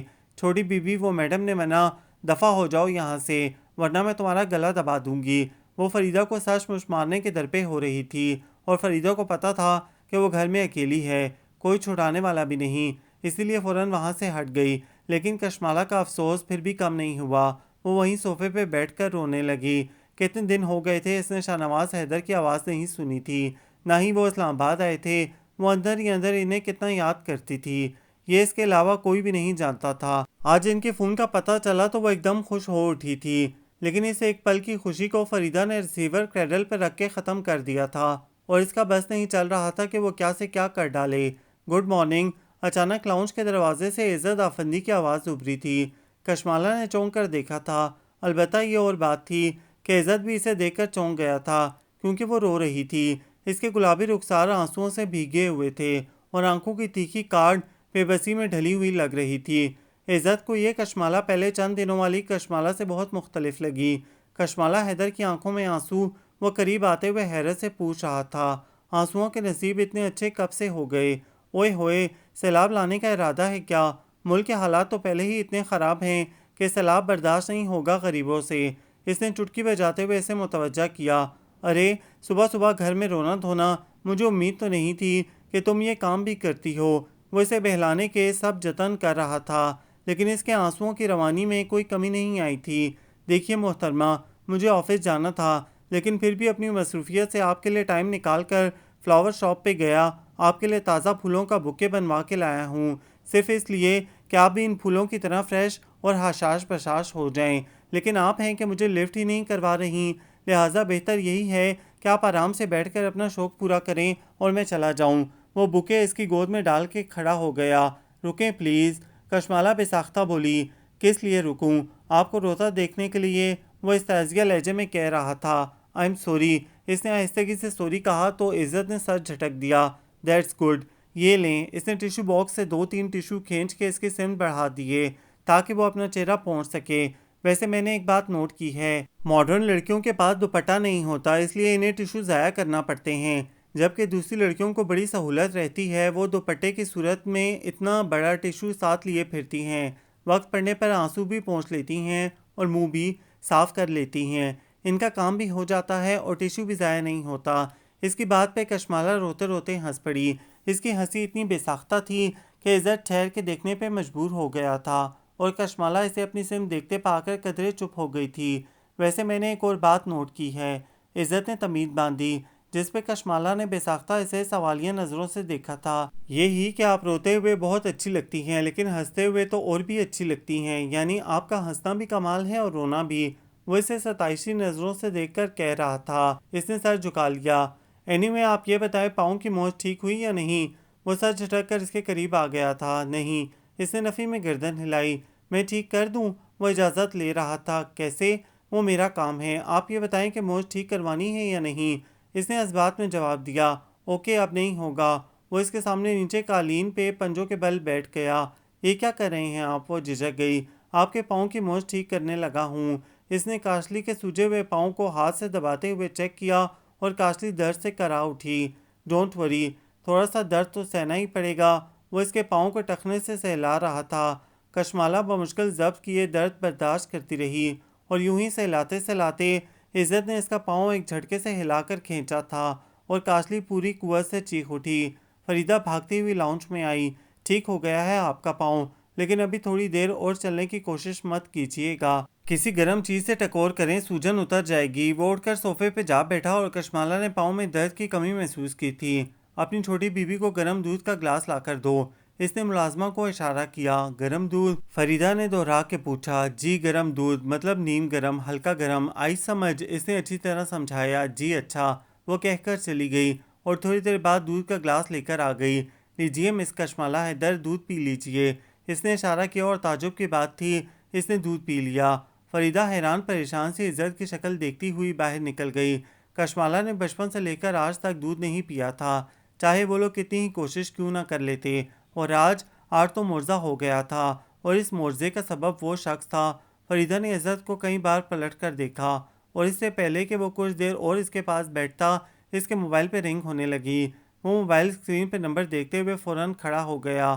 اوکے، فی الحال چلتا ہوں، میرے ڈیڈ آفس میں میرا انتظار کر رہے ہیں، آپ سے پھر ملاقات ہوگی، جلدی سے ٹھیک ہو جائیں، اوکے گڈ بائے۔ وہ الوداعی کلمات ادا کرتا کال اٹینڈ کرتے باہر نکل گیا تھا، اور کشمالہ اپنے پاؤں کو ہلا جلا کر دیکھتی حیران ہو رہی تھی، کیونکہ درد بہت حد تک کم ہو چکا تھا۔ اف خدایا، اس لڑکی نے ناک میں دم کر رکھا ہے، میں کیا کروں اب؟ مسز افندی کی شکایت پہ سائرہ حیدر نے اپنا سر تھام لیا۔ وہ کل ہی دبئی سے واپس آئی تھیں، اور آج مسز افندی نے انہیں اپنے گھر بلا لیا تھا۔ مجھے رانیہ کے پیرنٹس نے تنگ کر رکھا ہے، وہ کہتے ہیں کشمالہ کو اسکول سے نکالیں ورنہ رانیہ اسکول چھوڑ دے گی۔ وہ اپنی بچی کو ایسی جگہ نہیں چھوڑ سکتے جہاں کشمالہ جیسی لڑکی ہو، جنونی اور ایب نارمل۔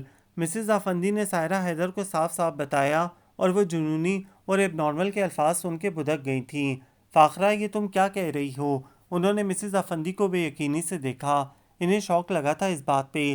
میں ٹھیک کہہ رہی ہوں، اور تمہیں یہ سب اس لیے بتا رہی ہوں تاکہ تمہیں پتہ ہو کہ گھر سے باہر لوگ اس کے لیے کیا رائے رکھتے ہیں اور تمہیں کیا کرنا چاہیے۔ مسز افندی نے کوئی بھی لگی لپٹی رکھنے کے بجائے انہیں دوسروں کے خیالات سے آگاہ کرنا زیادہ ضروری سمجھا۔ موم، لوگ اکثر دوسروں کے لیے غلط رائے رکھتے ہیں۔ سیڑھیاں اترتا عزت سنجیدگی سے بولا، اور پھر انہی کے پاس ڈرائنگ روم میں آ گیا۔ السلام علیکم آنٹی۔ اس نے سائرہ حیدر کو سلام کیا۔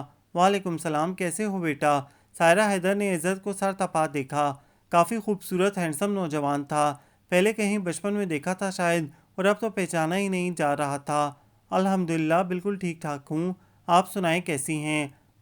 میں نے کیسا ہونا ہے، بس ایک ہی توک ہے گلے میں، اس نے زندگی عذاب بنا رکھی ہے۔ وہ جھنجھلا کر بولیں، وہ توک نہیں ہے آنٹی، وہ آپ کی بیٹی ہے۔ اس نے تحمل سے کہا، بیٹی ایسی حرکتیں کرے گی تو توک ہی کہوں گی نا، آپ اسے توک کہیں گی تو وہ ایسی ہی حرکتیں کرے گی نا، اس نے برجستہ جواب دیا۔ سائرہ حیدر ٹھٹک گئی تھیں۔ وہ جنونی ایب نارمل نہیں ہیں، اسے آپ نے خود ایسا بنا دیا ہے، یہ کیا کہہ رہے ہو تم؟ میں غلط نہیں کہہ رہا، تم اسے جانتے ہو بہت اچھی طرح سے۔ اس نے کندھے اچکائے، اور عزت نے سب کچھ بتا دیا کہ اس کا کشمالہ سے کیسے ٹکراؤ ہوا تھا۔ یہ تو بہت اچھی بات ہے، تم میری ہیلپ کر سکتے ہو۔ سائرہ حیدر نے نہ جانے کیا سوچ کر کہا تھا، کیسی ہیلپ؟ عزت نے چونک کے اسے دیکھا۔ وہ کچھ اور قصہ بنا بیٹھی تھیں۔ مسز افندی مطمئن نہیں تھیں، لیکن کہہ بھی نہ سکیں۔ سائرہ حیدر بس اس مسئلے کا حل چاہتی تھی۔ وہ اپنے لان میں فٹ بال کھیل رہی تھی جب ملازمہ اس کے پاس آئی۔ عزت صاحب کا فون ہے، آپ کو بلا رہے ہیں۔ ملازمہ کہہ کے پلٹ گئی، اور کشمالہ بال اچھالتی ہوئی اندر آ گئی۔ ہیلو، وہ ہانپ رہی تھی۔ السلام علیکم۔ وعلیکم السلام، کیا کر رہی ہو؟ کھیل رہی ہوں۔ کس کے ساتھ؟ اکیلی؟ اکیلی کیوں؟ کوئی اور ہے ہی نہیں جس کے ساتھ کھیلوں؟ اس نے کندھے اچکائے۔ میں ہوں نا، میرے ساتھ کھیلو، میں ہارنا نہیں چاہتی، تو ہرا دو، میں ہارنے کے لیے تیار ہوں۔ آپ مجھ سے کیوں ہارنا چاہتے ہیں؟ تمہیں جیت کی خوشی بخشنا چاہتا ہوں۔ اس کی بھاری گمبھیر آواز نے نرم و نازک دل پہ بڑا اثر کیا تھا۔ میری جیت کی خوشی کے لیے آپ ہار جائیں گے؟ وہ دوہرا کے پوچھ رہی تھی۔ آف کورس، تو پھر میں ایسا کھیل ہی نہیں کھیلوں گی جس میں آپ کو ہارنا پڑے، وہ سادگی سے کہہ رہی تھی۔ میرے ہارنے سے مت ڈرو، مجھے ہار کر بھی خوشی ہوگی، لیکن مجھے آپ کو ہرا کر خوشی نہیں ہوگی نا، اس نے منہ بنایا۔ تو پھر ایسا کریں گے، ہم کھیل ادھورا چھوڑ دیں گے، نہ آپ ہاریں نہ میں ہاروں، اس نے آئیڈیا دیا۔ اوکے، یہ بھی ٹھیک ہے، عزت مان گیا تھا۔ اینی وے، آپ یہ بتائیں آپ نے فون کیوں کیا تھا؟ اس نے کچھ یاد آنے پہ پوچھا۔ میرے ساتھ چلو گی؟ کہاں؟ مارکیٹ؟ مارکیٹ کیوں؟ بس ایسے کچھ شاپنگ کرنے کا موڈ ہو رہا ہے، سوچا تمہیں بھی ساتھ لے لیتا ہوں، آئس کریم کھلا دوں گا۔ اگر میں نہ جاؤں تو؟ کشمالہ نے بات ادھوری چھوڑی۔ تو میں سمجھوں گا تم مجھے ابھی بھی اپنا دوست نہیں سمجھتی، تو اس میں غلط کیا ہے بھلا؟ وہ سکون سے بولی۔ کیا عزت کا کیا اتنا چھت پھاڑ قسم کا تھا کہ کشمالہ بے ساختہ کھلکھلا کر ہنس پڑی۔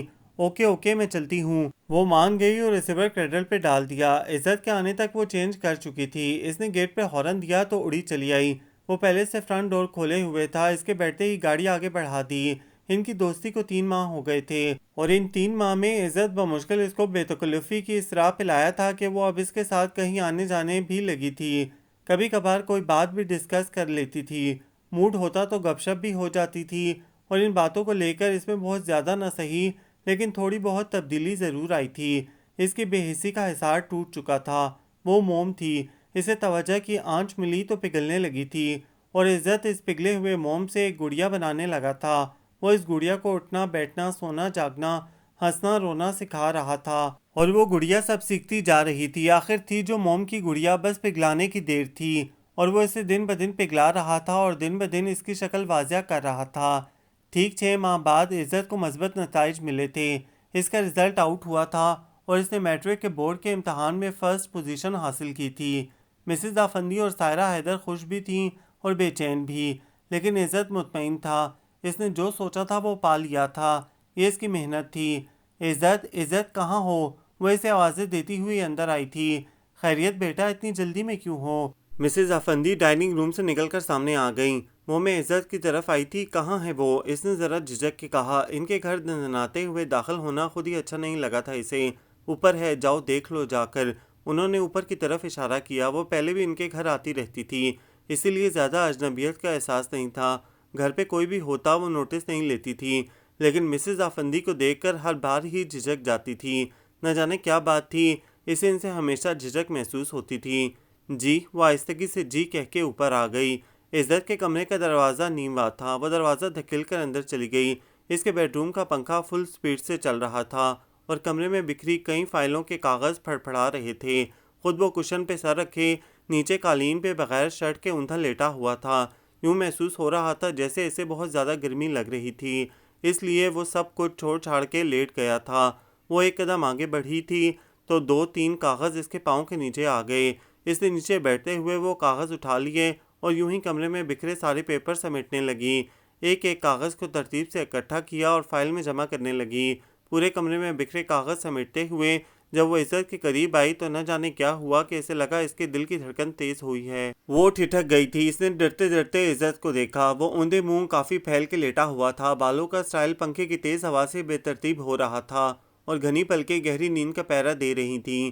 اس نے آج تک عزت کو اس نظر سے نہیں دیکھا تھا، ہمیشہ دوست سمجھ کر اسے دوست کے دائرے میں ہی رکھا، لیکن آج نظروں کا زاویہ بدلا تو دوستی کا مخصوص حصار ٹوٹ گیا اور اس کے دل کی دھڑکنیں بے ربط ہونے لگیں، اور ان کی دھک دھک اتنی تیز اور زوردار تھی کہ اسے لگا عزت اس آواز پہ نیند سے جاگ جائے گا۔ وہ ہاتھوں میں پھڑپھڑاتے ہوئے کاغذ تھامے یک ٹک اسے ہی دیکھے جا رہی تھی کہ ایک کاغذ اس کے ہاتھ سے چھوٹ کر عزت کے چہرے پہ جا گرا۔ کشمالہ نے سٹپٹا کر وہ کاغذ اس کے چہرے سے اچک لیا۔ عزت کاغذ کے لم سے تھوڑا سا کسمسا کر سیدھا ہوا اور دوبارہ سو گیا۔ اب کشمالہ اسے بآسانی دیکھ سکتی تھی، لیکن اس کی اتنی ہمت نہیں تھی کہ وہ اسے یوں دیدہ دلیری سے بیٹھ کر دیکھتی رہتی۔ اسے نہ جانے کیا ہوا کہ وہ اس کے تمام پیپر ٹیبل پہ پیپر ویٹ کے نیچے رکھ کے اٹھی اور دوسرے ہی پل اس کے بیڈ روم سے نکل گئی۔ وہ تیز تیز قدموں سے سیڑھیاں اترتی باہر کی طرف لپکی۔ کاشلی، کشمالہ، مسز افندی نے اسے پکارا، مگر وہ تقریباً بھاگتی ہوئی گیٹ تک آئی اور اپنی سائیکل لے کر گیٹ کراس کر گئی۔ اتنی گہری نیند سو رہے تھے تم؟ عصر اور مغرب کا درمیانی وقت تھا جب وہ نیند سے بیدار ہوا اور شاور لے کر نیچے آیا تھا۔ کیوں خیریت؟ وہ فریج سے جوس نکالتے ہوئے بولا۔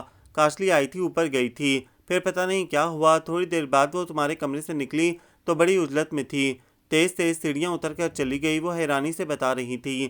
اچھا، عزت کو بھی سن کر حیرانی ہوئی تھی، کہیں ثانیہ کا فون وغیرہ تو نہیں سن لیا اس نے؟ عزت نے اپنا موبائل جیب سے نکال کر دیکھا، جو سوتے ہوئے وہ قالین پہ ہی رکھ کے سو گیا تھا۔ اس نے اپنا موبائل چیک کیا لیکن ثانیہ کا نمبر کہیں بھی نظر نہیں آیا تھا، لہٰذا اس طرف سے تو اطمینان ہو ہی گیا تھا۔ کیا ہوا؟ مسز افندی اس سے استفسار کر رہی تھیں۔ ہوا تو کچھ بھی نہیں، پھر بھی میں دیکھتا ہوں کہ اسے کیا ہوا ہے۔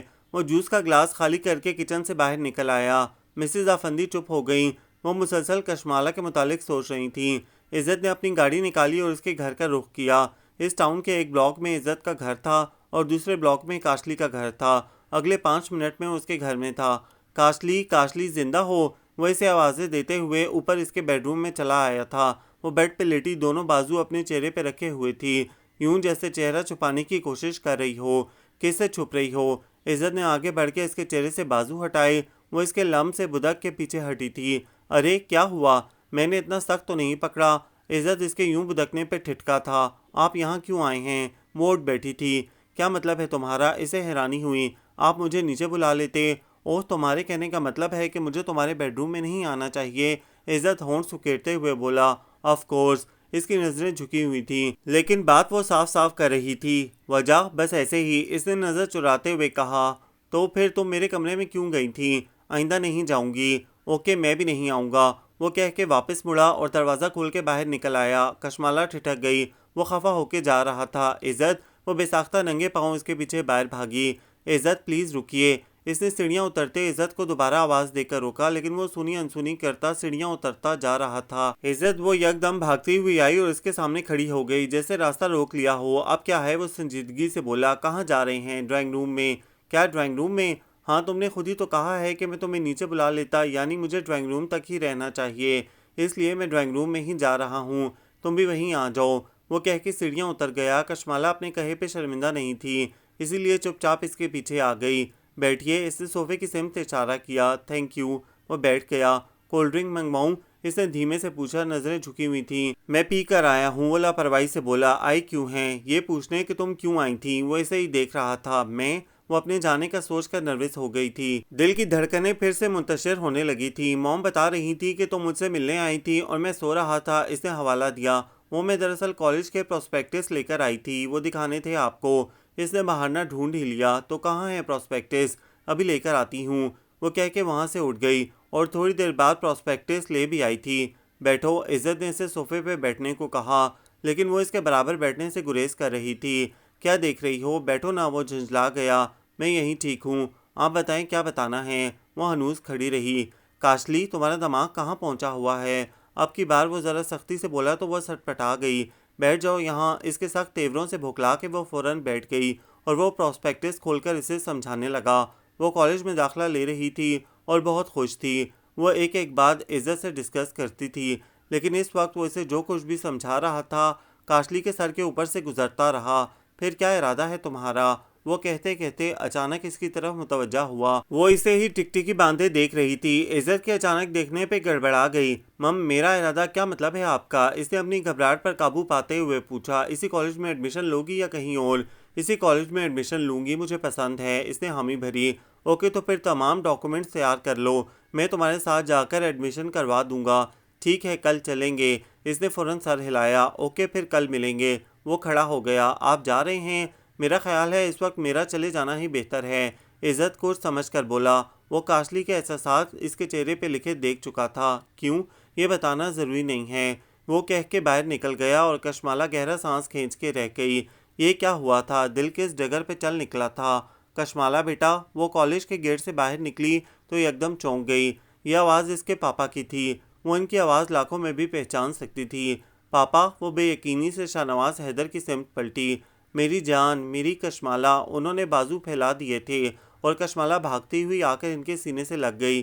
پاپا، آپ یہاں؟ وہ اس کی پیشانی چوم رہے تھے اور کشمالہ کی خوشی کا کوئی ٹھکانہ ہی نہیں تھا۔ تم سے ملنے آیا ہوں بیٹا۔ گھر کے نمبر پہ فون کرتا تھا تو ملازمہ فون بند کر دیتی تھی۔ میں جانتی ہوں پاپا، وہ ایڈیٹ ایسا ہی کرتی ہے، ادھر آؤ میرے ساتھ، انہوں نے گاڑی کی طرف اشارہ کیا۔ لیکن پاپا، وہ موم کو پتہ چل گیا تو جھگڑا کریں گی۔ کشمالہ شاہ نواز حیدر کی گاڑی میں بیٹھنے کو تیار نہیں تھی۔ ارے نہیں پتہ چلے گا، اتنی فرصت کہاں ہے اسے، وہ تو پیسہ بنانے کی دھن میں مگن ہے، انہوں نے تلخی سے کہتے ہوئے سر جھٹکا اور گاڑی کا دروازہ کھول کر اسے بیٹھنے کو کہا۔ وہ تذبذب کا شکار تھی۔ اسے پتہ تھا اگر سائرہ حیدر کو علم ہو گیا کہ وہ شاہ نواز حیدر سے ملی ہے تو وہ ہنگامہ کھڑا کر دیں گی۔ بیٹا بیٹھ جاؤ، کچھ نہیں ہوتا، انہوں نے اصرار کیا تو کشمالہ کو بیٹھنا پڑا اور اس کے بیٹھتے ہی ڈرائیور نے گاڑی سٹارٹ کر دی۔ ریسٹورنٹ لے چلو، انہوں نے ڈرائیور سے کہا۔ تھوڑی دیر بعد گاڑی ایک ریسٹورنٹ کے سامنے رک گئی۔ وہ اسے ساتھ لیے اندر آ گئے۔ مبارک ہو بیٹا، میں نے سنا تھا تم نے فرسٹ پوزیشن لی ہے، وہ اسے اپنے سامنے کرسی پہ بٹھاتے ہوئے کہہ رہے تھے۔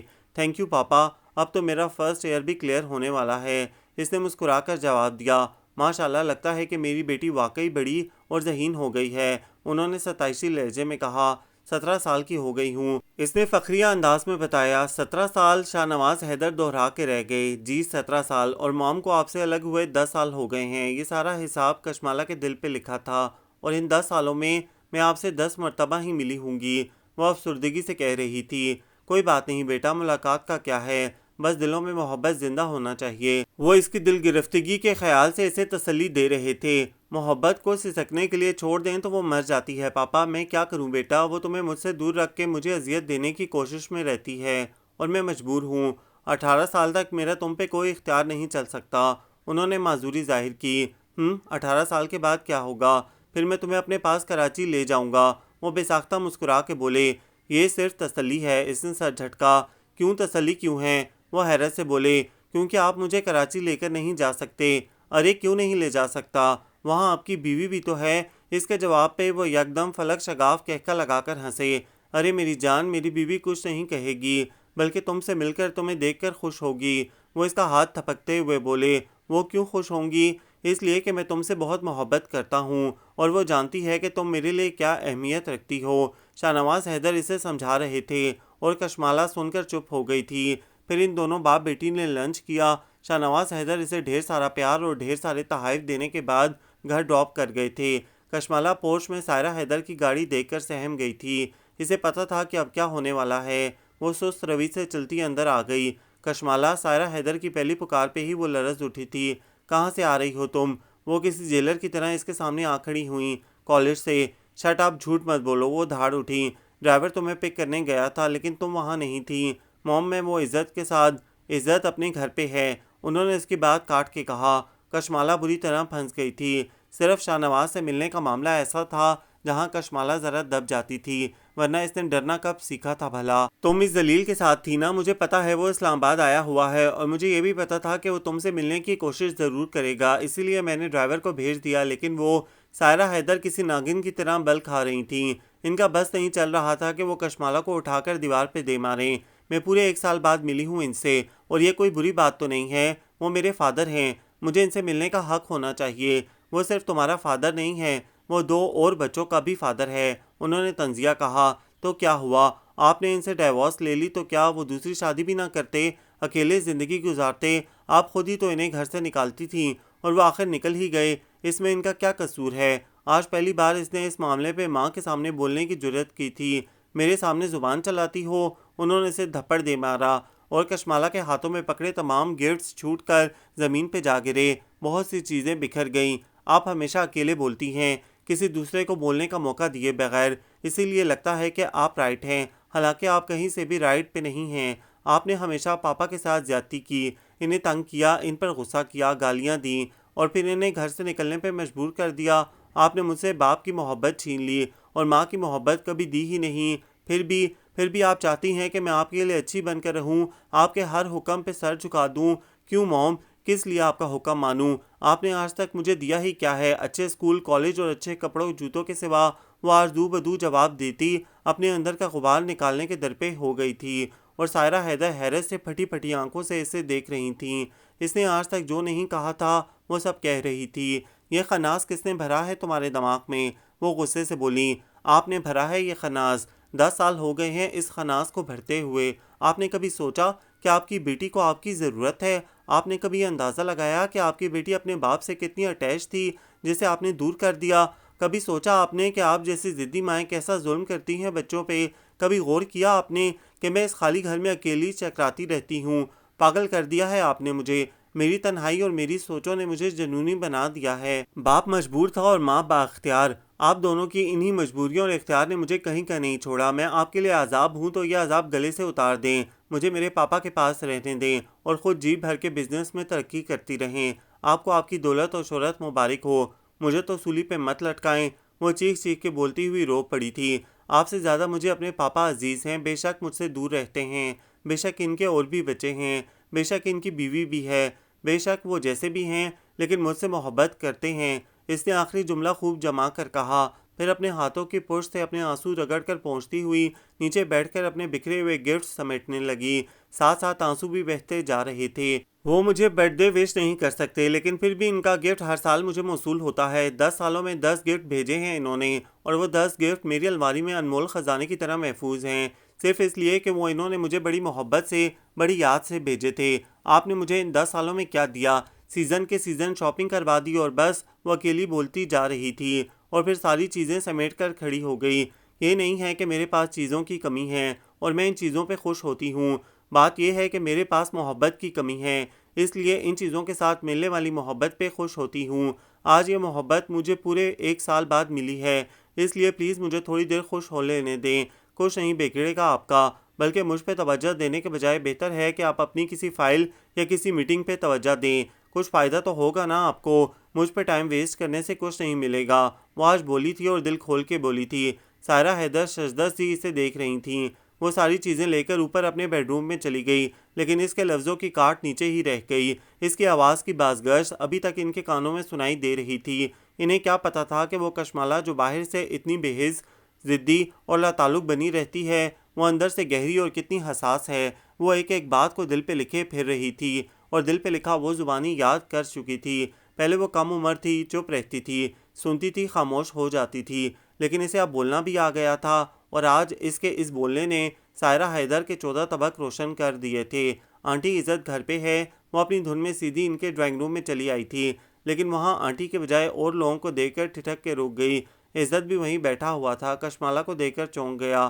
ارے کشمالہ بیٹا، آؤ اندر آ جاؤ۔ مسز افندی نے نرمی سے مسکرا کر اسے قریب آنے کا اشارہ کیا تھا۔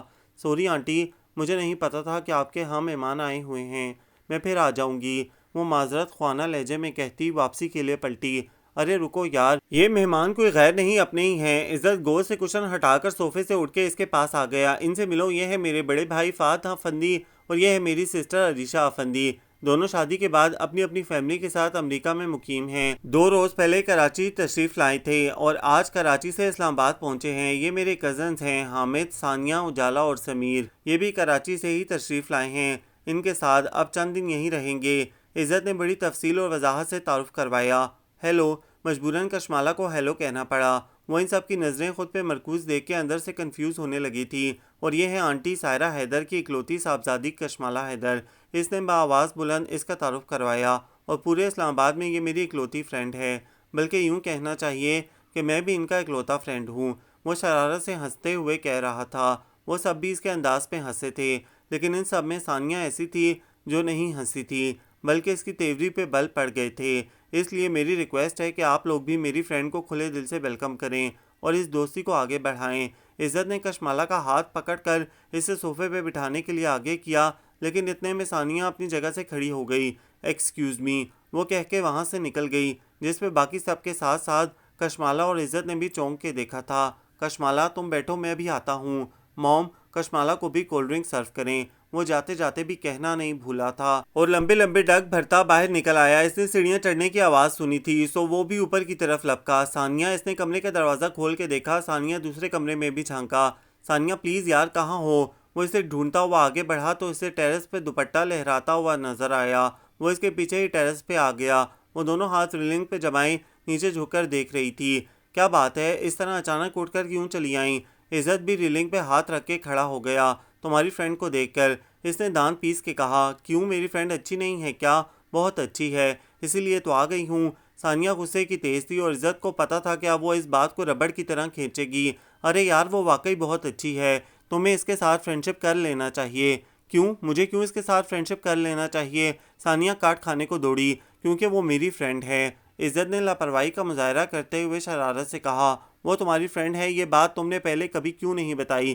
وہ چبا کر بولی، تمہارا روبرو اس کے ساتھ تعارف کروایا ہے تو تم اس طرح ریئیکٹ کر رہی ہو، فون پہ بتاتا تو تم نہ جانے کیا سے کیا کر ڈالتی، یعنی تم نے مجھ سے جان بوجھ کے چھپایا ہے۔ ارے چھپانے والی کوئی بات ہی نہیں تھی، میں تو اس لیے کہہ رہا ہوں کہ تم الٹا سیدھا سوچنے لگتی ہو، اس لیے فون پہ نہیں بتایا، اور ویسے بھی ہماری دوستی اس نوعیت کی نہیں ہے کہ اسے شک کی نظر سے دیکھا جائے۔ عزت کی نیت صاف تھی، اس لیے وہ اطمینان سے بول رہا تھا، تو پھر کس نوعیت کی دوستی ہے آپ کی؟ اس کے لہجے میں طنز اتر آیا۔ بتاتا ہوں، تم آرام سے بیٹھو یہاں۔ عزت نے کونے میں رکھی کرسیاں قریب گھسیٹ لیں۔ کوئی بہانہ کرنا چاہتے ہو؟ دیکھو ثانیہ، ہر انسان کو ایک ہی چھڑی سے نہیں ہانکنا چاہیے، بے یقینی اور شک کی پٹی اتار کے دیکھو، پھر سب بتاتا ہوں۔ اس نے ثانیہ کو ٹھنڈا کرنا چاہا۔ وہ چند سیکنڈ اسے دیکھتی رہی، پھر اپنے تنے ہوئے اعصاب ڈھیلے چھوڑتے ہوئے اس بات میں سر ہلایا۔ اوکے، بتاؤ کیا بتانا چاہتے ہو؟ اس کی طرف سے نرمی اور اجازت پا کر عزت اسے سب بتاتا چلا گیا۔ پہلے تو وہ بے یقینی اور یقین کے درمیان ڈاواڈول سی رہی، لیکن جب اس نے مسز افندی سے تصدیق کے لیے کہا تو وہ مان گئی۔ اسے آخر یقین کرنا ہی پڑا تھا، اور تقریباً 20 منٹ بعد جب وہ اسے سمجھا بجھا کر اپنے ساتھ نیچے ڈرائنگ روم میں لایا تو کشمالہ وہاں نہیں تھی۔ موم، کشمالہ کہاں گئی؟ تم نہیں تھے تو وہ کس کے پاس بیٹھتی؟ ہمارے ساتھ تو اس کی انڈرسٹینڈنگ بھی نہیں ہے، جو کچھ دیر باتیں ہی کر لیتی۔ مسز افندی کے جواب پہ وہ سر ہلا کر رہ گیا، لیکن دھیان سارا کشمالہ کی طرف ہی تھا کہ وہ نہ جانے کیا سوچ رہی ہوگی۔ آنٹی کشمالہ کہاں ہیں؟ عزت ان کے گھر میں داخل ہوا تو سائرہ حیدر کو لان میں بیٹھے دیکھ کر ان کے پاس چلا آیا۔ تھوڑی دیر پہلے ہی باہر نکلی ہے، سائیکل لے کر نکلی ہے، نہیں کالج سے آنے کے بعد اپنے بیڈ روم میں ہی تھی، ابھی تھوڑی دیر پہلے باہر گئی ہے، میں نے سوچا تمہاری طرف جا رہی ہے۔ سائرہ حیدر خود کسی سوچ میں تھیں، عزت کو دیکھ کر ہی حال میں واپس آئی تھیں۔ اوکے میں دیکھتا ہوں اسے، وہ کہہ کے واپس پلٹ گیا۔ سنو بیٹا، انہوں نے پیچھے سے آواز دی۔ جی آنٹی کہیے۔ دیکھو بیٹا، اسے سمجھایا بھی کرو، آج کل کچھ اپسیٹ ہے، شاید تم سمجھاؤ گے تو سمجھ جائے گی۔ اوکے میں کوشش کروں گا، لیکن وہ اپسیٹ کیوں ہیں؟ اس نے ذرا ٹھہرتے ہوئے پوچھا۔ یہ تو وہی بتا سکتی ہے کہ وہ اپسیٹ کیوں ہے۔ کیوں، کیا آپ کو نہیں پتا؟ شاید نہیں، انہوں نے نفی میں گردن ہلائی۔ اوکے، عزت نے کندھے اچکا دیے اور گیٹ سے باہر نکل آیا۔ وہ کل سے اسے فون کر رہا تھا لیکن اس سے بات نہیں ہوئی تھی۔ رات کو پتہ چلا کہ سو رہی ہے، صبح پتہ چلا کہ کالج چلی گئی ہے، اور اس وقت وہ فون کرنے کے بجائے خود چلا آیا تھا، لیکن پھر بھی اسے ملاقات نہ ہو سکی۔ اور عزت کو پتہ تھا جتنی دیر ملاقات نہیں ہوگی وہ اپنا خون جلاتی رہے گی، اس لیے وہ اسے ڈھونڈنے نکل کھڑا ہوا تھا۔ اس کا کوئی اور دوست تو تھا ہی نہیں کہ جس کی امید ہوتی کہ وہ اس کے گھر پہ ہوگی، اسی لیے وہ اسے ادھر ادھر ہی تلاش کرتا پھر رہا تھا۔ وہ پارک میں آ گیا، چند قدم کے فاصلے پہ ہی وہ ایک خالی بینچ پہ تنہا بیٹھی ہوئی تھی۔ اوائل جنوری کے دن تھے، سرد شاموں میں اداسی کا رنگ شامل تھا، مغرب کی سمت ڈوبتا سورج اپنے پیچھے خنکی چھوڑے جا رہا تھا۔ وہی خنکی اور اداسی کشمالہ کے چہرے پر بھی سب تھی، وہ بھی اس سرد شام کا حصہ لگ رہی تھی، اداس اور زرد۔ اور عزت نہ جانے کب اور کیسے اس زرد اداس شام کی لپیٹ میں آ گیا تھا۔ اسے کتنی دیر گزر گئی اور وہ دم سادے ٹکٹکی باندھے اس کو دیکھتا ہی گیا۔ وہ سامنے سورج کو دیکھ رہی تھی اور سورج کا عکس اس کے چہرے پہ بکھرا ہوا تھا، جس کی وجہ سے اس کے رخساروں پہ بہتے بے آواز آنسو سنہری موتیوں کی طرح چمک رہے تھے۔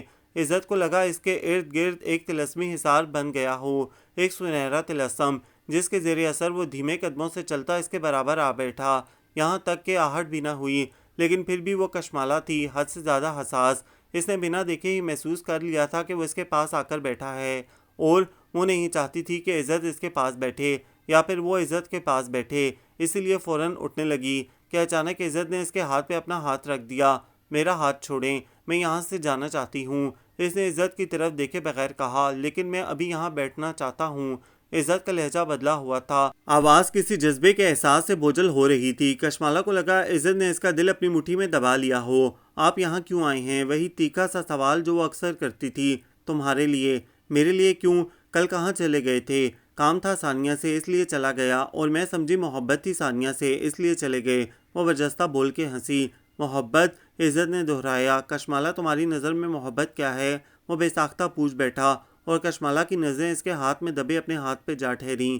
میری نظر میں تو اس وقت کسی کا ہاتھ تھام لینا ہی محبت ہے۔ اس کا جواب بہت گہرا تھا۔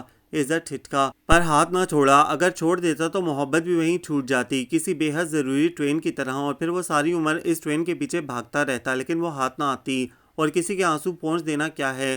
عزت نے دوسرے ہاتھ سے کشمالہ کے رخساروں پہ بہنے والے آنسوؤں کی نمی پہنچی۔ محبت میں عبادت؟ کشمالہ کے جواب بھی کمال تھے۔ عبادت؟ عزت کو حیرت ہوئی۔ عبادت، کیونکہ عبادت کرنا اگر بہت آسان ہے نا تو بے حد مشکل بھی ہے، اسی طرح محبت میں کسی کے آنسو پوچھ دینا بھی بڑا مشکل کام ہے، ہو ہی نہیں پاتا۔ اس نے دلیل دی۔ تو محبت کرتی ہو؟ بس کوشش کر رہی ہوں چند دنوں سے، وہ مسکراتے ہوئے بولی۔ اور آپ؟ میں بھی بس کوشش کر رہا ہوں چند لمحوں سے۔ اس کے جواب پہ کشمالہ نے گھور کے دیکھا اور پھر دونوں ہی کھلکھلا کے ہنس دیے۔ یہ بات کشمالہ سے تو اس نے مذاق کے رنگ میں کہی تھی، لیکن وہ خود جانتا تھا کہ یہ بات حقیقت کا روپ دھار چکی ہے۔ اس نے کئی بار کشمالہ کو اپنی سوچ سے اپنے ذہن سے جھٹکنے کی کوشش کی تھی، لیکن وہ اور بھی اس کے اعصاب پہ طاری ہونے لگی تھی۔ اس کے سارے کزنز اور دونوں بہن بھائی مری اور سوات وغیرہ گھومنے جا رہے تھے، اور ظاہر سی بات تھی کہ وہ سبھی اسے بھی ساتھ گھسیٹ رہے تھے۔ حالانکہ وہ جانا نہیں چاہتا تھا، لیکن پھر بھی مجبوراً اسے جانا ہی پڑا۔ جانے سے پہلے وہ کشمالہ سے مل کر آیا تھا۔ وہ اس کے جانے کا سن کر اداس تو ہوئی، لیکن اسے روکنے کی کوشش نہیں کی تھی، البتہ فون کرنے کی تاکید ضرور کی، اور وہ وعدہ کر کے آیا تھا کہ فون بند نہیں ہونے دے گا، جتنی دیر مری اور سوات میں رہے گا اسے مسلسل کال کرے گا، اور اس نے اپنا وعدہ پورا کرنے میں کوئی کسر نہیں چھوڑی۔ وہ اسلام آباد سے نکلا تو اس نے کشمالہ کو کال کی تھی، اور مری پہنچنے تک وہ کال آن رہی۔ پھر مری ہوٹل میں سامان وغیرہ پہنچانے کے بعد اس نے کال کی، جو پورا مری گھومنے تک یوں ہی آن رہی، اور کشمالہ بالواسطہ طور پر عزت کے ساتھ پکنک میں شریک رہی۔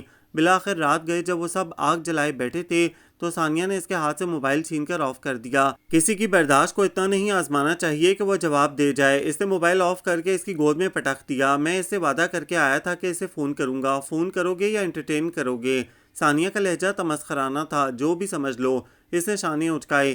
عزت تم جان بوجھ کر مجھے… ارے ثانیہ چھوڑو میری جان، کیوں لڑتی رہتی ہو؟ یہ تو تمہیں تنگ کرنے کے لیے ایسی حرکتیں کرتا ہے۔ مسز افندی ثانیہ کی جھنجھلاہٹ پر پیار سے بولی۔ جی اچھی طرح جانتی ہوں کہ یہ مجھے تنگ کرنے کے لیے ایسی حرکتیں کرتا ہے، وہ چبا کر بولی۔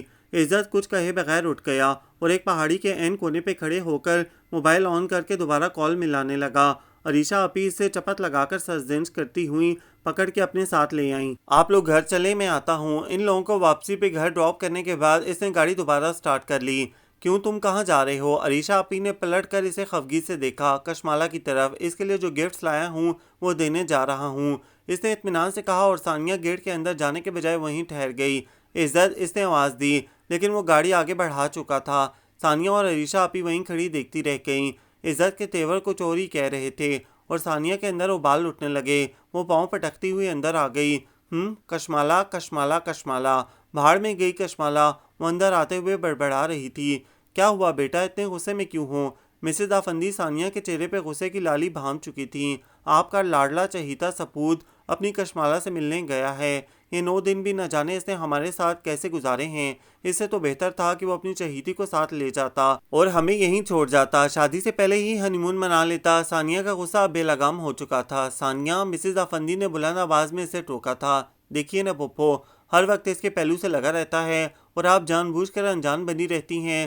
وہ بچی نہیں ہے، 18-19 سال کی جوان جہان لڑکی ہے جس پہ کسی بھی مرد کا دل آ سکتا ہے، اور اتفاق سے عزت بھی مرد ہی ہے۔ اس کے پاس بھی ایک قدر دل ہے اور وہ دل اس لڑکی پہ آ بھی سکتا ہے۔ آپ کے پاس کیا گارنٹی ہے کہ وہ اسے اس نظر سے نہیں دیکھتا جس نظر سے سب مرد حضرات دیکھتے ہیں؟ ثانیہ بے لگام بولتی تھی۔ اس کا ادراک مسز افندی کو چند سیکنڈز میں ہی ہو گیا تھا۔ دیکھو بیٹا، وہ یہ سب ہماری وجہ سے کر رہا ہے۔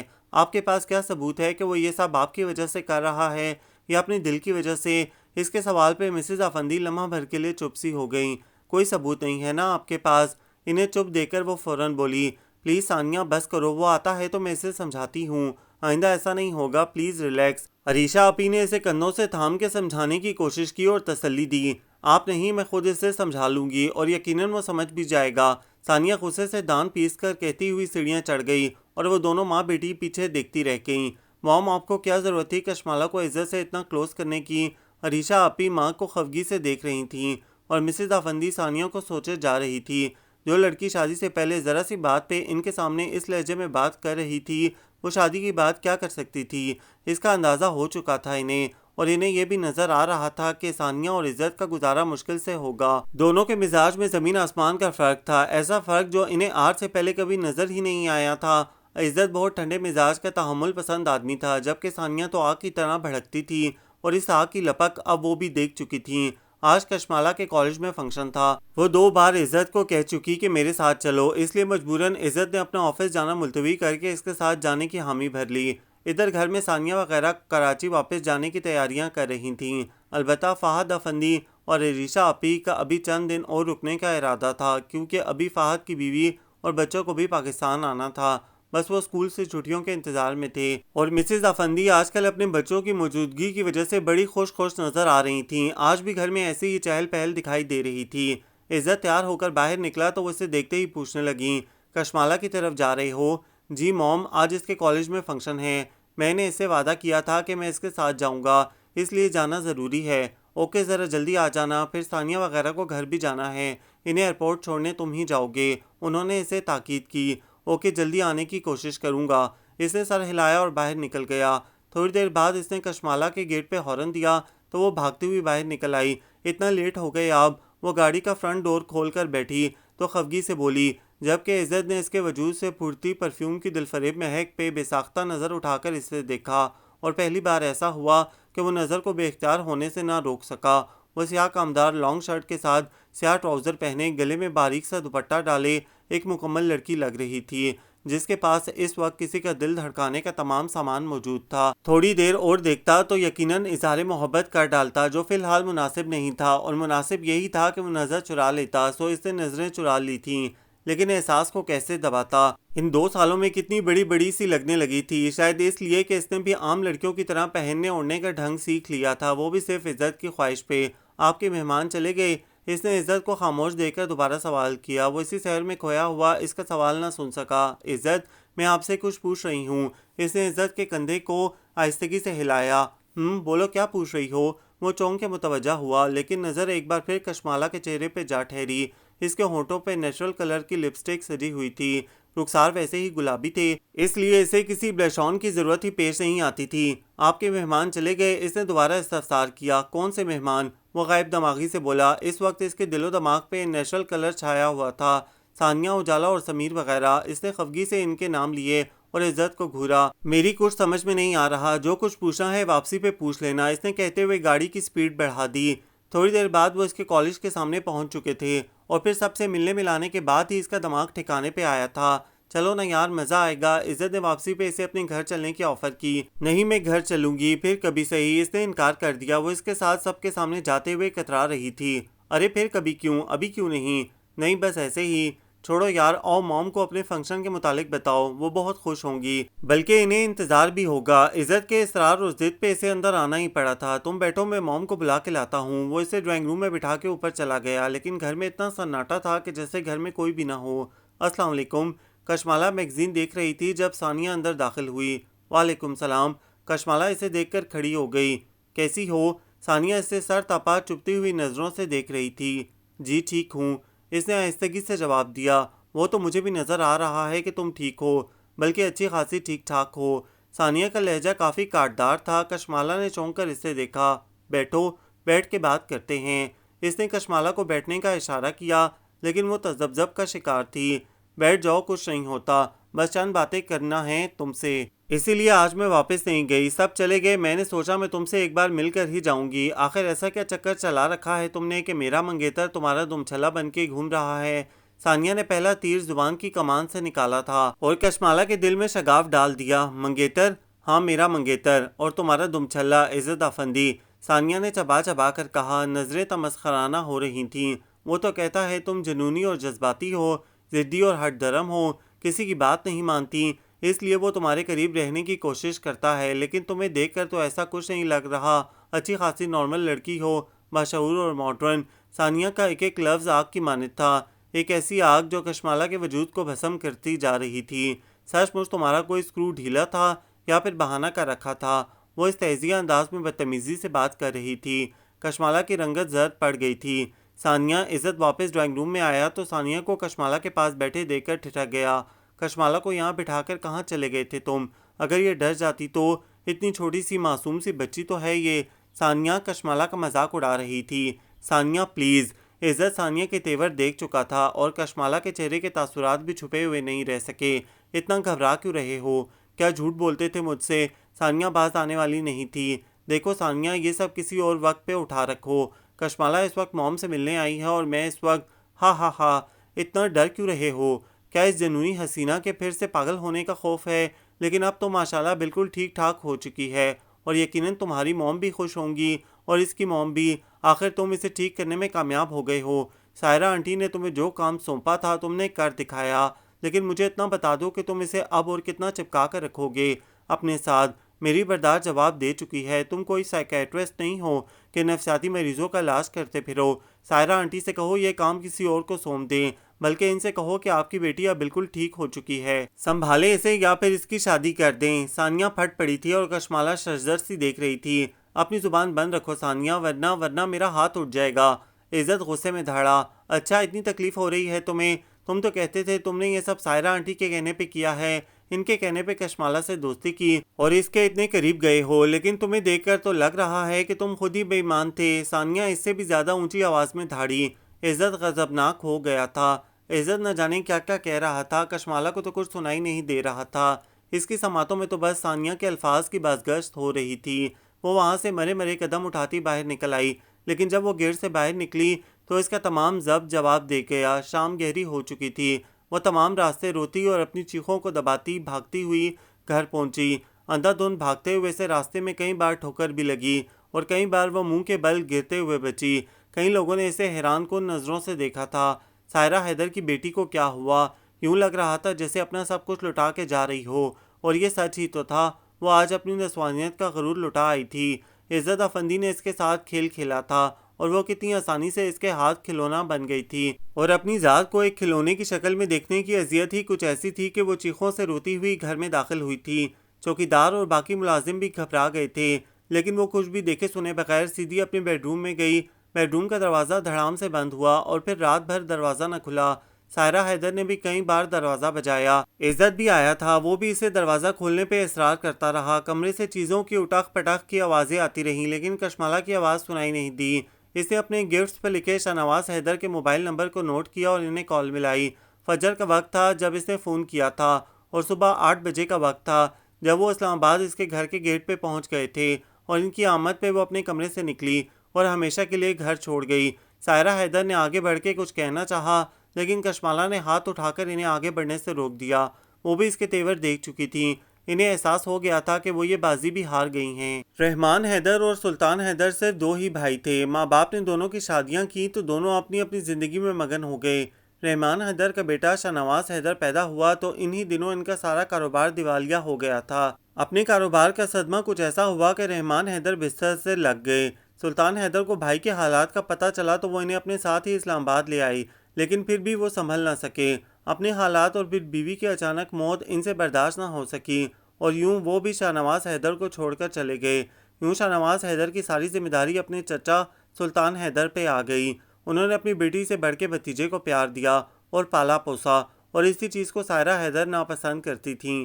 انہیں شاہ نواز حیدر خار کی طرح کھٹکتا تھا، کیونکہ وہ ہوش سنبھالتے ہی اپنے باپ کے منہ سے یہ ذکر سن چکی تھی کہ وہ سائرہ کی شادی شاہ نواز سے کریں گے، اور جب ایک روز انہوں نے باقاعدہ بات کی تو سائرہ نے صاف انکار کر دیا، لیکن وہ بھی کافی ذہین اور سمجھ بوجھ رکھنے والے آدمی تھے۔ انہوں نے محض یہ کہہ کر کہ اگر وہ شاہ نواز سے شادی نہیں کریں گی تو وہ اسے اپنی تمام جائیداد سے عاق کر دیں گے اور ساری جائیداد کا حقدار شاہ نواز ہوگا، بات ختم کر دی۔ اور اس مقام پہ آ کر سائرہ حیدر بے بس ہو گئیں۔ وہ اتنی زیادہ دولت و جائیداد سے دستبردار نہیں ہونا چاہتی تھیں، لیکن وہ شاہ نواز حیدر کو بھی اپنے پاؤں کی زنجیر نہیں بنانا چاہتی تھیں۔ وہ آزاد رہنا چاہتی تھیں، گھر، شوہر اور بچوں کے جھنجھٹ سے بالکل آزاد، لیکن باپ نے کوئی گنجائش نہیں چھوڑی، سو انہیں مجبوراً یہ زنجیر پہننا ہی پڑی۔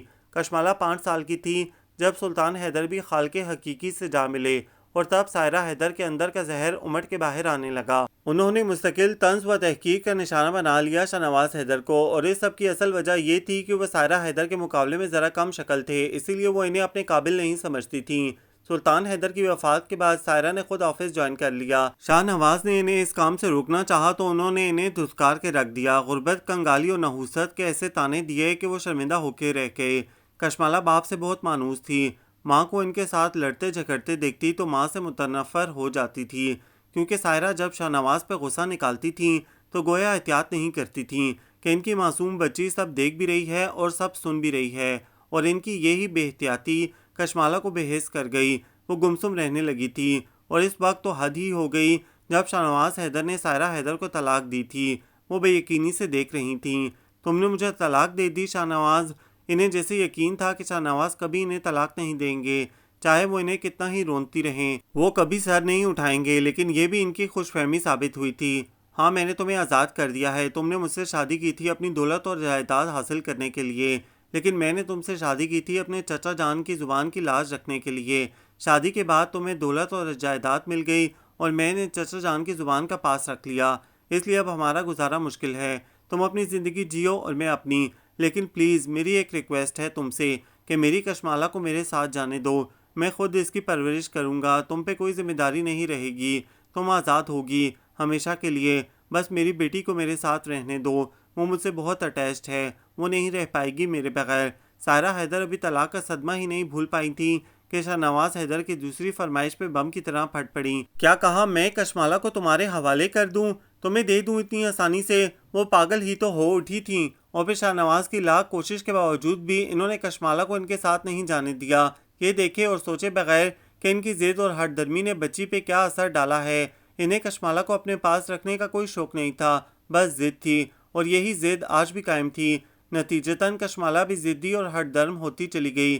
اس کی شخصیت میں خلا رہ گیا تھا جسے عزت کی محبت، توجہ اور دوستی نے پر کر دیا تھا۔ اسے ماں باپ کی محبت نہ ملی تو وہ عجیب عجیب حرکتیں کرنے لگی، محض سائرہ حیدر کو زرد کرنے کے لیے اور توجہ حاصل کرنے کے لیے، اور جب یہی توجہ اور محبت عزت نے اسے دی تو وہ اس کی ہو گئی تھی۔ لیکن آج جب اسے پتہ چلا کہ وہ جس محبت کے پیچھے بھاگی ہے وہ بھی بناوٹی ہے اور سائرہ حیدر کا ایک ڈرامہ تھا، تو وہ حقیقتاً پتھرا گئی تھی۔ اب وہ اس ماں کے پاس ہرگز نہیں رہنا چاہتی تھی جس نے اسے راہ راست پر لانے کے لیے عزت کی مدد لی تھی۔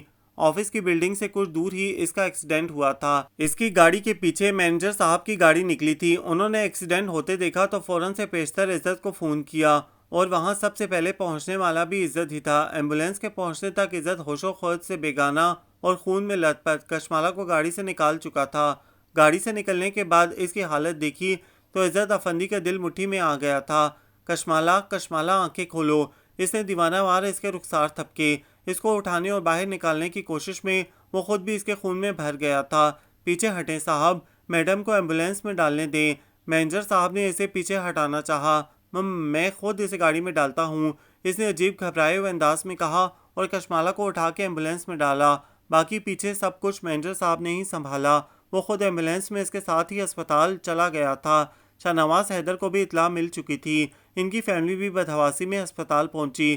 عزت، کشمالہ کہاں ہے؟ شاہ نواز حیدر کے چہرے پہ ہوائیاں اڑ رہی تھیں۔ آئی سی یو میں ہے۔ عزت کے لہجے میں شکستگی اتر آئی تھی۔ کیسے ایکسیڈنٹ ہو گیا اس کا؟ وہ اتنی ریس ڈرائیونگ کیوں کر رہی تھی؟ تھوڑی دیر پہلے ہی تو اس نے مجھ سے کہا تھا کہ وہ میٹنگ کے بعد گھر آ رہی ہے، پھر یہ اچانک۔ شاہ نواز حیدر کے حواس ان کا ساتھ چھوڑ رہے تھے۔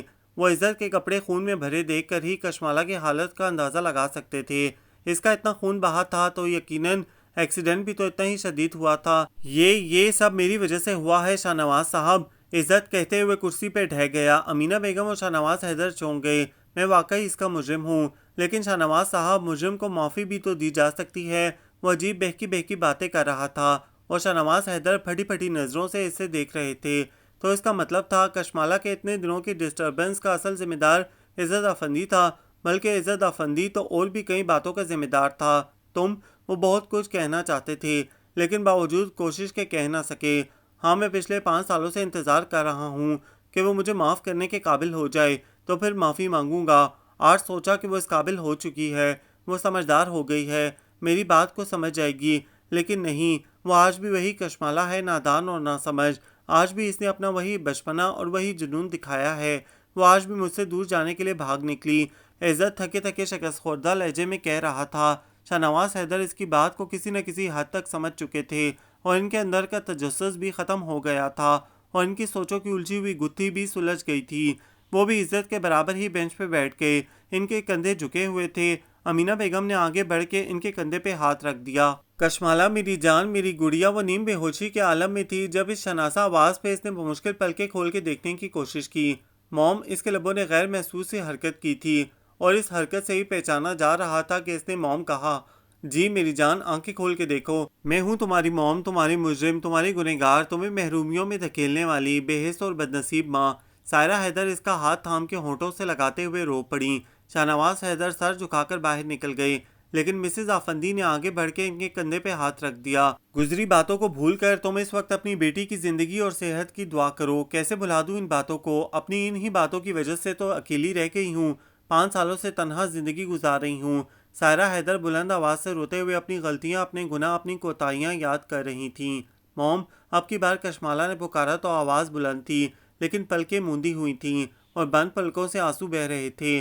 آئی مس یو موم، اس کی آواز بھیگ رہی تھی اور سائرہ حیدر نے بے ساختہ اٹھ کے اسے سینے سے بھینچ لیا۔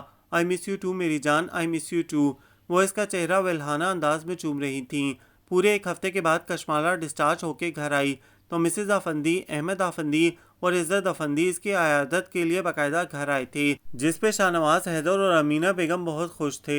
انہوں نے ان لوگوں کی خوب آؤ بھگت کی تھی، یہ دیکھے اور سوچے بغیر کہ ان کی بیٹی کتنی خفا اور بدظن ہے۔ کشمالہ کہاں ہے بھائی صاحب؟ مسز آفندی نے کافی دیر بعد پوچھ ہی لیا۔ اپنے کمرے میں ہے، ابھی ٹھیک سے چل پھر نہیں سکتی، کمزوری اور نقاہت کی وجہ سے اٹھتی ہے تو چکرا جاتی ہے، اسی لیے اسے فی الحال بیڈ ریسٹ کا کہا ہے۔ امینہ بیگم نے شائستگی سے مسکرا کے جواب دیا، اچھی بات ہے، وہ دراصل عزت اسے ملنا چاہتا تھا، ہسپتال میں بھی شاید اس سے ملاقات نہیں ہو سکی، اس لیے میں نے سوچا کہ گھر پہ ہی جا کر مل لیتے ہیں۔ مسز افندی کی بات پہ عزت گڑبڑا گیا۔ ارے ہاں کیوں نہیں بیٹا، وہ جاگ رہی ہوگی، میں ابھی سے یخنی پلا کے آئی ہوں۔ امینہ بیگم نے فوراً کوئی اعتراض کیے بغیر اسے اجازت دی اور ایک نظر شاہ نواز حیدر کو دیکھا کہ وہ مائنڈ تو نہیں کر گئے، لیکن وہ غیر محسوس انداز میں مسکرائے تھے۔ وہ امینہ بیگم کی پھرتی کا مطلب بخوبی سمجھتے تھے، دراصل وہ بھی اتنا اچھا رشتہ ہاتھ سے جانے نہیں دینا چاہتی تھیں۔ جاؤ نا، سوچ میں کیوں پڑ گئے ہو؟ مسز افندی نے پاس بیٹھے بیٹے کو ٹہوکا دیا۔ آئی ایم سوری موم، میں نہیں جا سکتا۔ اس نے آہستگی سے انکار کر دیا۔ کیوں نہیں جا سکتے؟ انہوں نے تعجب سے دیکھا۔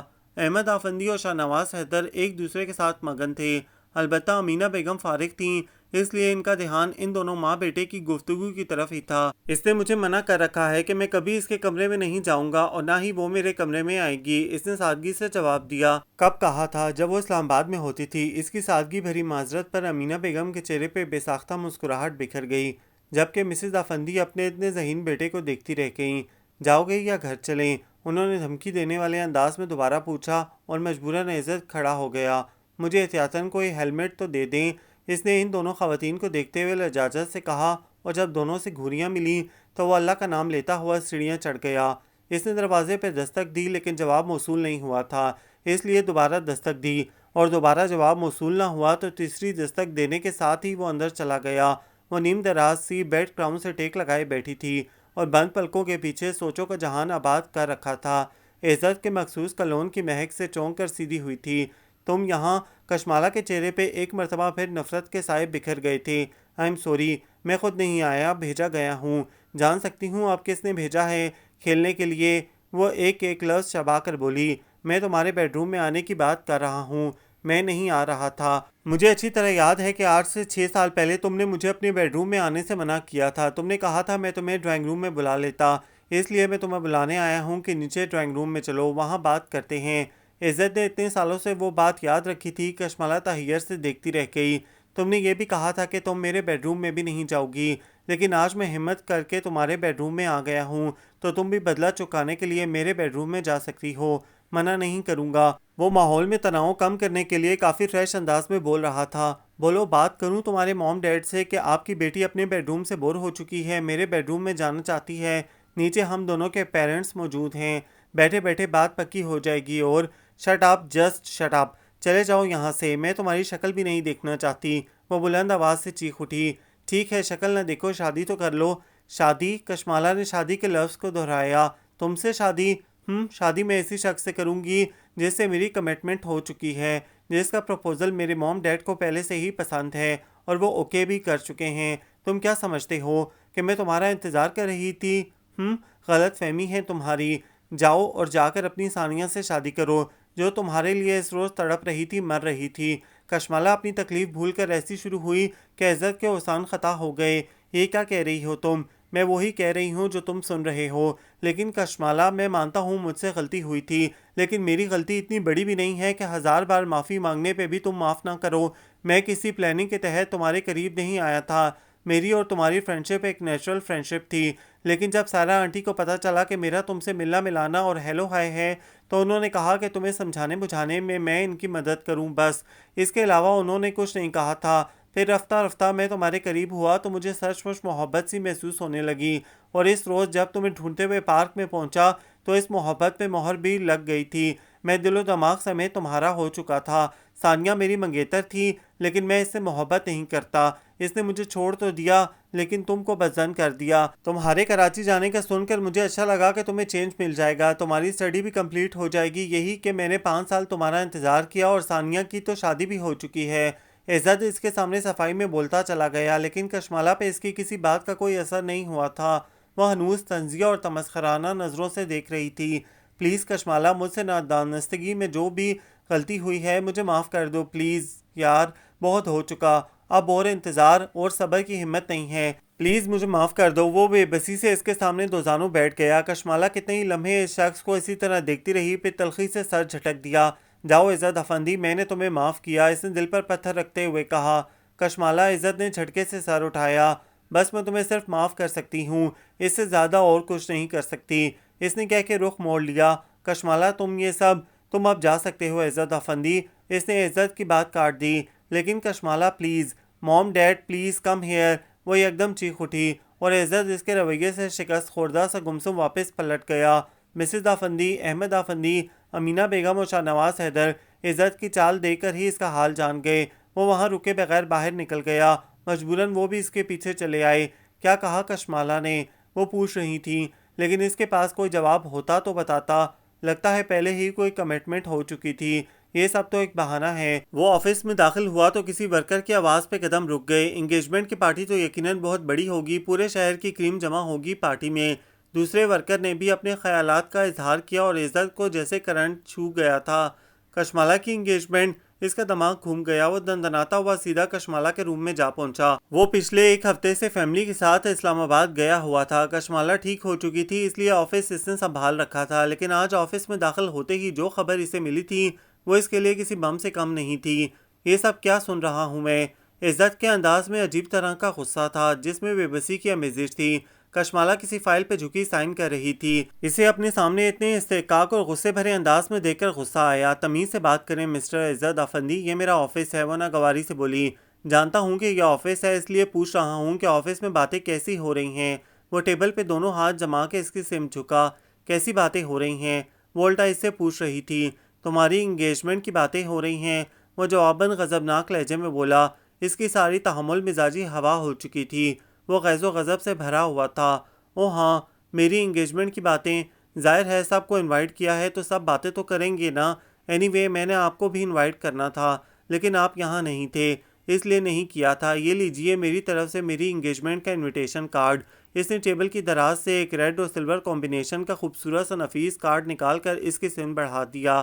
بھاڑ میں گئی تم، اور بھاڑ میں گیا تمہارا کارڈ۔ اس نے کارڈ دبوچ کر پھاڑا اور کشمالہ کے چہرے پہ اچھال دیا۔ وہ اس کی حرکت پہ سٹپٹا گئی۔ تم کیا سمجھتی ہو کہ تمہارے ہجر میں مرا جا رہا ہوں میں؟ تم مجھ سے شادی نہیں کرو گی تو میں کبھی شادی نہیں کروں گا۔ پاگل ہوں، دیوانہ ہوں تمہارے لیے؟ غلط فہمی ہے تمہاری، اور بہت جلد تمہاری غلط فہمی دور بھی کر دوں گا۔ وہ دانت پیستے ہوئے یوں غضبناکی سے بول رہا تھا جیسے وہ واقعی مروب ہو جائے گی۔ میری غلط فہمی دور ہو چکی ہے مسٹر عزت افندی، اس لیے برائے مہربانی آپ یہاں سے جا سکتے ہیں۔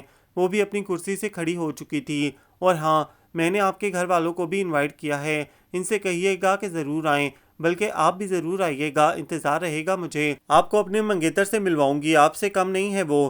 ٹیبل کے قریب رکھی کرسی کو زوردار ٹھوکر مارتا ہوا کمرے سے باہر نکل گیا۔